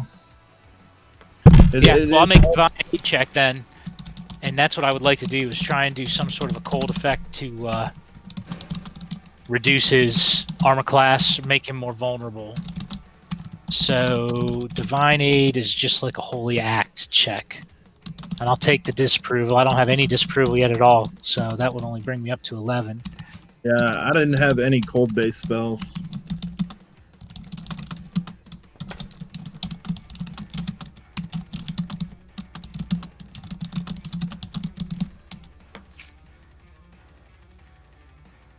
$13. No luck to add, unless anybody has mojo left.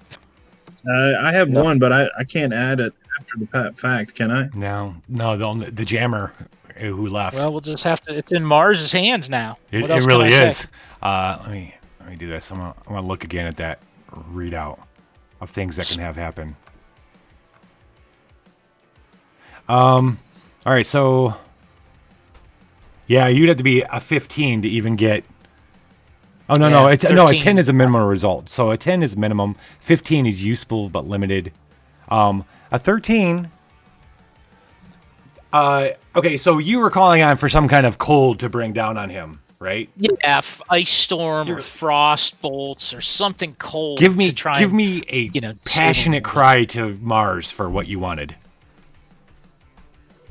Mars, dig forth into the icy pits of your rational heart and empower my enemies and bring this foe down through the use of your cold power. Expose his vulnerabilities to our weapons. All right, your longsword. Nothing happens, and the crowd goes quiet for you because whenever a messenger starts speaking, it's either going to be hilarious or awe-inspiring. And but they're all quiet, and then you're the only one, really. You and Grum hear the as your longsword freezes. You see a shimmer of ice go up your longsword. The crowd doesn't hear it. And there's kind of a "aw" kind of thing, but you are standing there with an ice-imbued longsword. That'll do double damage now. Thank you for leading me down that path. Appreciate it. Can I grandstand off of that? Do I have a new grandstand check yet? Yep, you sure can. You know what? I'm going to try and do that. I'm going to turn to the crowd and hold up the ice sword as evidence of the blessing of Mars that is now upon me. 1 point low. Oh, so close. They just can't that see last the luck and sword. die. They're more looking at you like they're like cheering you because they felt bad that your call wasn't answered, but they just don't because they can't see the ice on the sword. But you know. I know. I can feel it. Coming in the air tonight. Oh, okay, so so the robot is going to strain against the ropes. He needs to be free from the rope. Ooh, his first action fails. And Consul is riding his head, if that matters. Tonsil's riding his head. 1. So Tonsil bouncing on his head and him. He just can't. He's like. The robot doesn't understand what's holding him back, so he's not doing it right. He's like reaching back and trying to grasp at things, and Tonsil's he thinks the rope is, or whatever's holding him back is Tonsil jumping around on his head. So he's not quite sure what's going on, and that's why he's fumbling around, totally boofing his next two attacks. So Gnome, it's on you. So the gnome being inside the giant robot is going to look around at all the wires. And he's debating whether he should pull the blue wire or the red wire, but he is just going to start ripping at every wire he sees. Nice. So how do you mean to play that? I will give you. I'll let you do double damage. Okay. Roll an attack. I'm assuming you're attacking his insides. Absolutely. But do it with a weapon. That way we can do double damage, because if you do it with your hands. Let's just say you're swinging it. I'm going to use short sword. Okay. Extra short. And Extra short. the lion eyes is still in effect, right? Sting size. Lion eyes is that's still in only gonna effect. That is only going to be a 9. Yeah. So you're swinging around, but he's moving like he's like him struggling with tinsel on top or tonsil on top. It's just throwing you around. So you're not like you're trying to hit things. You're not hitting anything. You're getting tossed around inside him. What's tonsil doing? Tonsil is going to cover the robot's eyes with his little wooden marionette hands and wrap his legs around the robot's head. Yeah. He's going to kind of he's going to hold his hands over the robot and then move him and say peekaboo, and then cover him and go peekaboo. He doesn't even need to roll for that. That's great. Grum, it's on you now. We're still lionized. All right. I'll just yell like "Break, you stupid tin pot!" and I'll attack him again with the axe I have. Okay. I've got nothing 14? to spend, so that's 14. miss. Messenger, it's on you. All right, so I'm gonna attack with my new. You got to hit. Blessed ice sword. That's the thing. You got to hit. Exactly. So no modifier to hit, I'm assuming, right? Nope. I'll give you my mojo though. Oh, okay. Oh, you got one sweet, mojo. You got just one left? Yeah. All right. And you're blessed. And I'm blessed, that's right. And am I lionized? You are. Yeah. +1. +1 lionized, all right. Oh my gosh! Born to lose tonight, fellas. That's all there giving is to be you said all about you that. need. How many more +1s can I possibly squeeze on there? All right, we're gonna roll for What the did you robot. get? More. 15. He goes. "Roar!" He's pissed off that finally just kind of moves forward, and you hear the snap. And looking down, he sees the dwarf in front of him. Oh wait, I'm supposed to be rolling D24. Hold on. Tonsil's covering his eyes. Oh, True. all right. I'll roll So D20 he's then. a D9, yeah. 10 plus 5. No, plus 2 is 12. That does not hit. He swings weakly down at the dwarf while the marionette is covering his eye and misses. Gnome, it's on you. Tonsil's the MVP. All right, right. so just reread the Fey spell and realized he's also got little Fey wings. So he is going to fly up into the robot's chest toward the brain, looking for something that looks like a CPU. And he is going to try to smash anything that's lit up and shiny with his short sword for a 23. Okay. Right? Nice.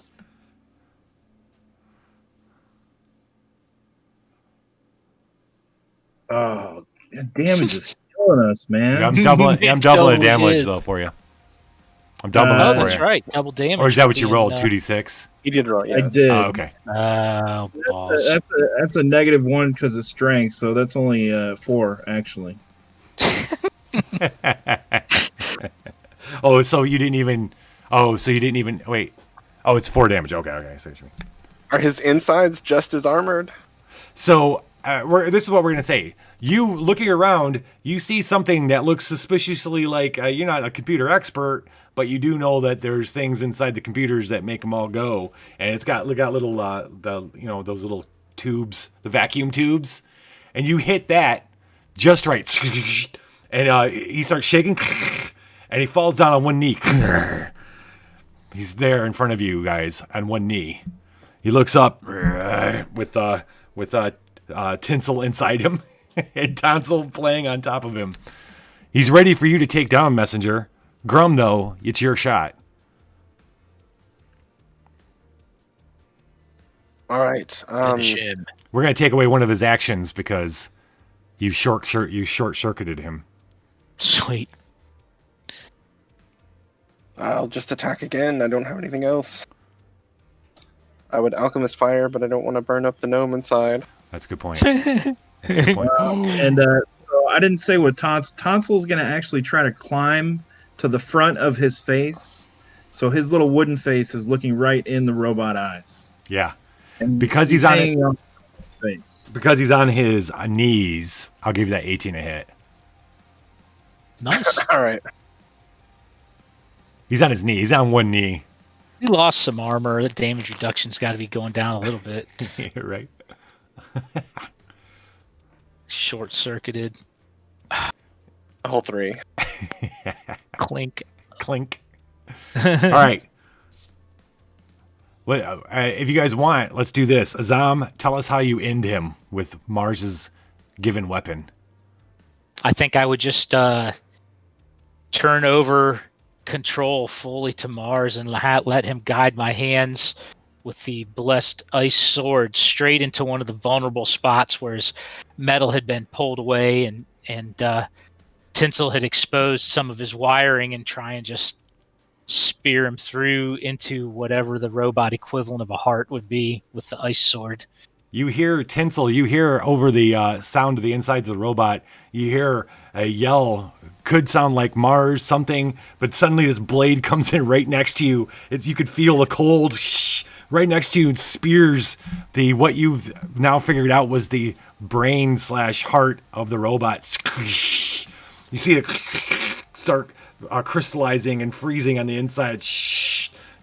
And the inside servos of the eyes kind of turn around, look inside at you, Tinsel, and you watch the dying light go as it turns off. You got front row seats.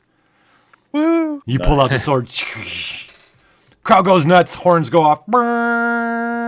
You finish the room. Now, you guys get a grandstand attempt at the end of the encounter. Nice. I'm pretty beaten down. My luck is all gone. I guess my hit points are healed up, but my spirit is largely broken. But I suppose that last little blessing from Mars, though, would have been a good little uplifting end to the combat. Yeah. Yeah. I'm not going to... If you make the grandstand check, I can't give it to you officially, but it'll be a good thematic way to end it. And Do we need to do our signature, flexing after the battle? That's what I'm saying. Yeah, the grandstanding. That's the grandstanding. No, I mean our team move. Oh, yeah. We all get together. Choreographed pose for the cameras. Maybe the gnome jumps on top of me.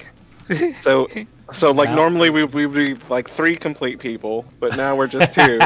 Well, we can NPC. Oh no, he ran out the. We said he went out the no-go door. So yeah, he's gone. Good at NPC him.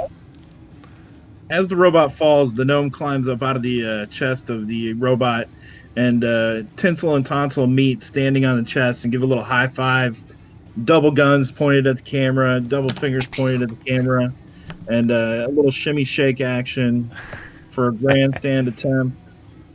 Oh, I forgot. I like the idea of Tonsil hopping on your shoulders. Is that? There you go. You crit it. Nice. Super grandstand. Yeah. Fame for everybody. And you guys would all get mojo. You would have, yeah. Well, everybody, this was great. Very fun. Thank you. You were great. Thank you guys. You guys are awesome. It's funny. You prep for stuff, and I'm like, should I prep 3 rooms? No, I'm just gonna do the first level. If we finish early, we finish early.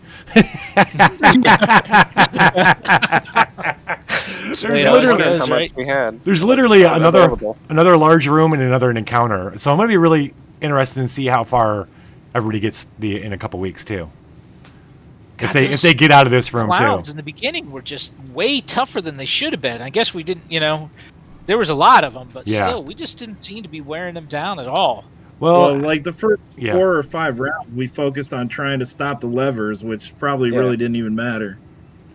I don't know what would have been better. Maybe moving everybody trying to get to the levers. I don't know. You know what I mean? The thing was, maybe not the dwarf, because 20 feet of movement was not helping me. No, I feel you. Yeah, it was the damage. I mean, the guy.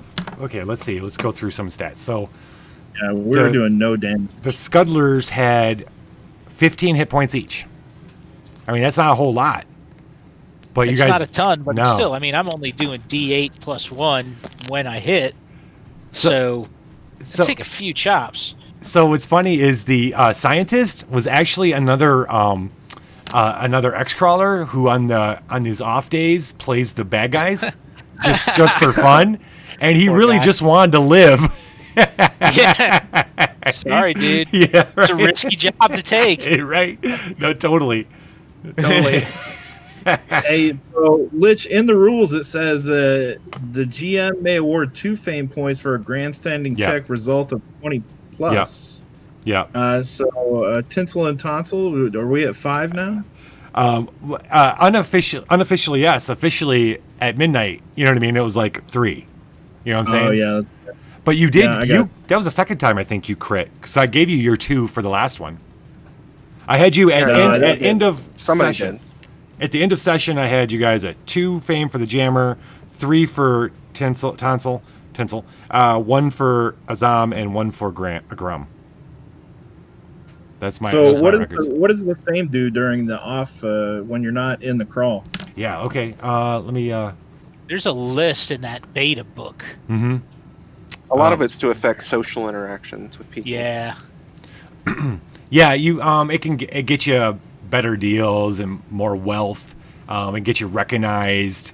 It's get out of speeding tickets and shit like that. Exactly. It's a mechanism for role playing your rise in society. Is what it is, and I think you can spend it. There's fame burn. I don't know. That used to be an old rule, but I don't know. No, there is. It's in there to have the police look the other way, to get an invitation to an aristocratic function, to get a free meal at a restaurant, to get $1,000 loan from a casino. Yeah, stuff like that. Upgrades to first class. You can fame burn to get like that kind of stuff. Yep. Nice. The system's always been around for a while. So I have several different source books for different like Pathfinder and that kind of stuff. And I mean, I picked up the Sellout because I wanted to see. He wrote up. He had 100 different like people like companies and stuff like that. Sponsors, nice. Yeah, 100 different companies, A to Z, and so the idea was. What my point is Brendan has developed this whole world around it so that you play outside of just the Xcrawl. You are, if you wanted to play the up and coming funnel. Well, the idea would be actually just like DCC. You play the funnel, right? You get an Xcrawl character, and then you work him up, him and her, they up through the ranks, see how far they can go to see if they become a superstar or not. Yeah. Which I think would be super cool. I've never been a part of a campaign, Xcrawl campaign at all. It's always one shots, Yeah, exactly. Yeah. That was a blast. Thank you. Yeah, absolutely, guys. Thank you guys for playing. The Coalition of Chaos may be back for future Xcrawls. Yes. You could try out different characters and stuff like that. I would love to. Definitely. I do feel like so the you guys went with the specialist because that first encounter was 3 doors that were locked, and the only way you would be able to get through them is to smash them. You'd have to roll a 20 on a strength check to smash them, and there's some bad shit in those other 2 doors. So. But that was the giveaway. Later on, you didn't have somebody who did the damage, right? Who could do more damage. So that was kind of the give or take. I kind of knew that going into it. But I didn't want you guys, like, in that first room to be just... In the very first room, exactly. Yeah, I'd be like, we didn't make it out of there. Or one guy didn't make it out, that kind of thing. Because that one trap was it was like a mouth. It just started chomping down on you. And it does quite a bit of damage. The other door, something was hiding behind it that was going to basically hound you for the... if you probably wouldn't have killed it in that room, it would have hounded you in this room and made this room even worse. Oh, boy. Yeah. Wow. So you wouldn't have known. I guess if you used the gnome would have told you guys which way, and then you would just had to try to break down the door, I guess, is what could have happened. Yeah, that went pretty smoothly. Yeah. We came out strong with those trap checks and everything. Yeah. Yeah, I was like, this will be easy. No. When you guys got into this room, I was like, oh yeah, we might fly through this, man. We might finish early. No, never. Then the dice broke. It never works that way. No, it doesn't. Once you get into fun, combat, and that's the most important part. Yeah, and everybody got their turns kind of quickly. That you know what I mean. Not like the last one where we had for 30 people. Yeah, which I thought was gonna party. It's easier to let everybody kind of try out more of their different stuff, weapons, spells. We got to do a little bit of everything. For sure. Jammer did some great stuff. That was awesome. Yeah, that was cool. Hey, thanks everybody for joining us. Thanks to crew, Legion, Necra, Shinobi, Sunamahara. Thank you guys for showing up. Father Jay, if you're still around there, you guys are rock. Thanks to the raid, too. Fate Academia, thank you so much for showing up. You guys are great. This will be back. Xcrawl will be back in 2 weeks. Next week is Swashbuckler. Swashbucklers is back. That's us playing DCC as pirates. Me in collaboration with two OGA games. That's on every other Thursday we do Swashbucklers, and then we do this show actually I do in collaboration with Dragons in the Dining Room, who will be back in a couple weeks to play with us. So come back in 2 weeks, and we will see. I don't know, they don't have a name yet, but it's the team's led by Chris from Two Old Guy Games, and that team's going to attempt the same dungeon. Thank you all for being here. What's that? Definitely come back to Echo Chris. Yes. Yes. Yeah. All right. You guys take it easy, and I can't raid or anything, so you guys have a great night, and viva la dungeon. Thanks, guys. See ya. See ya.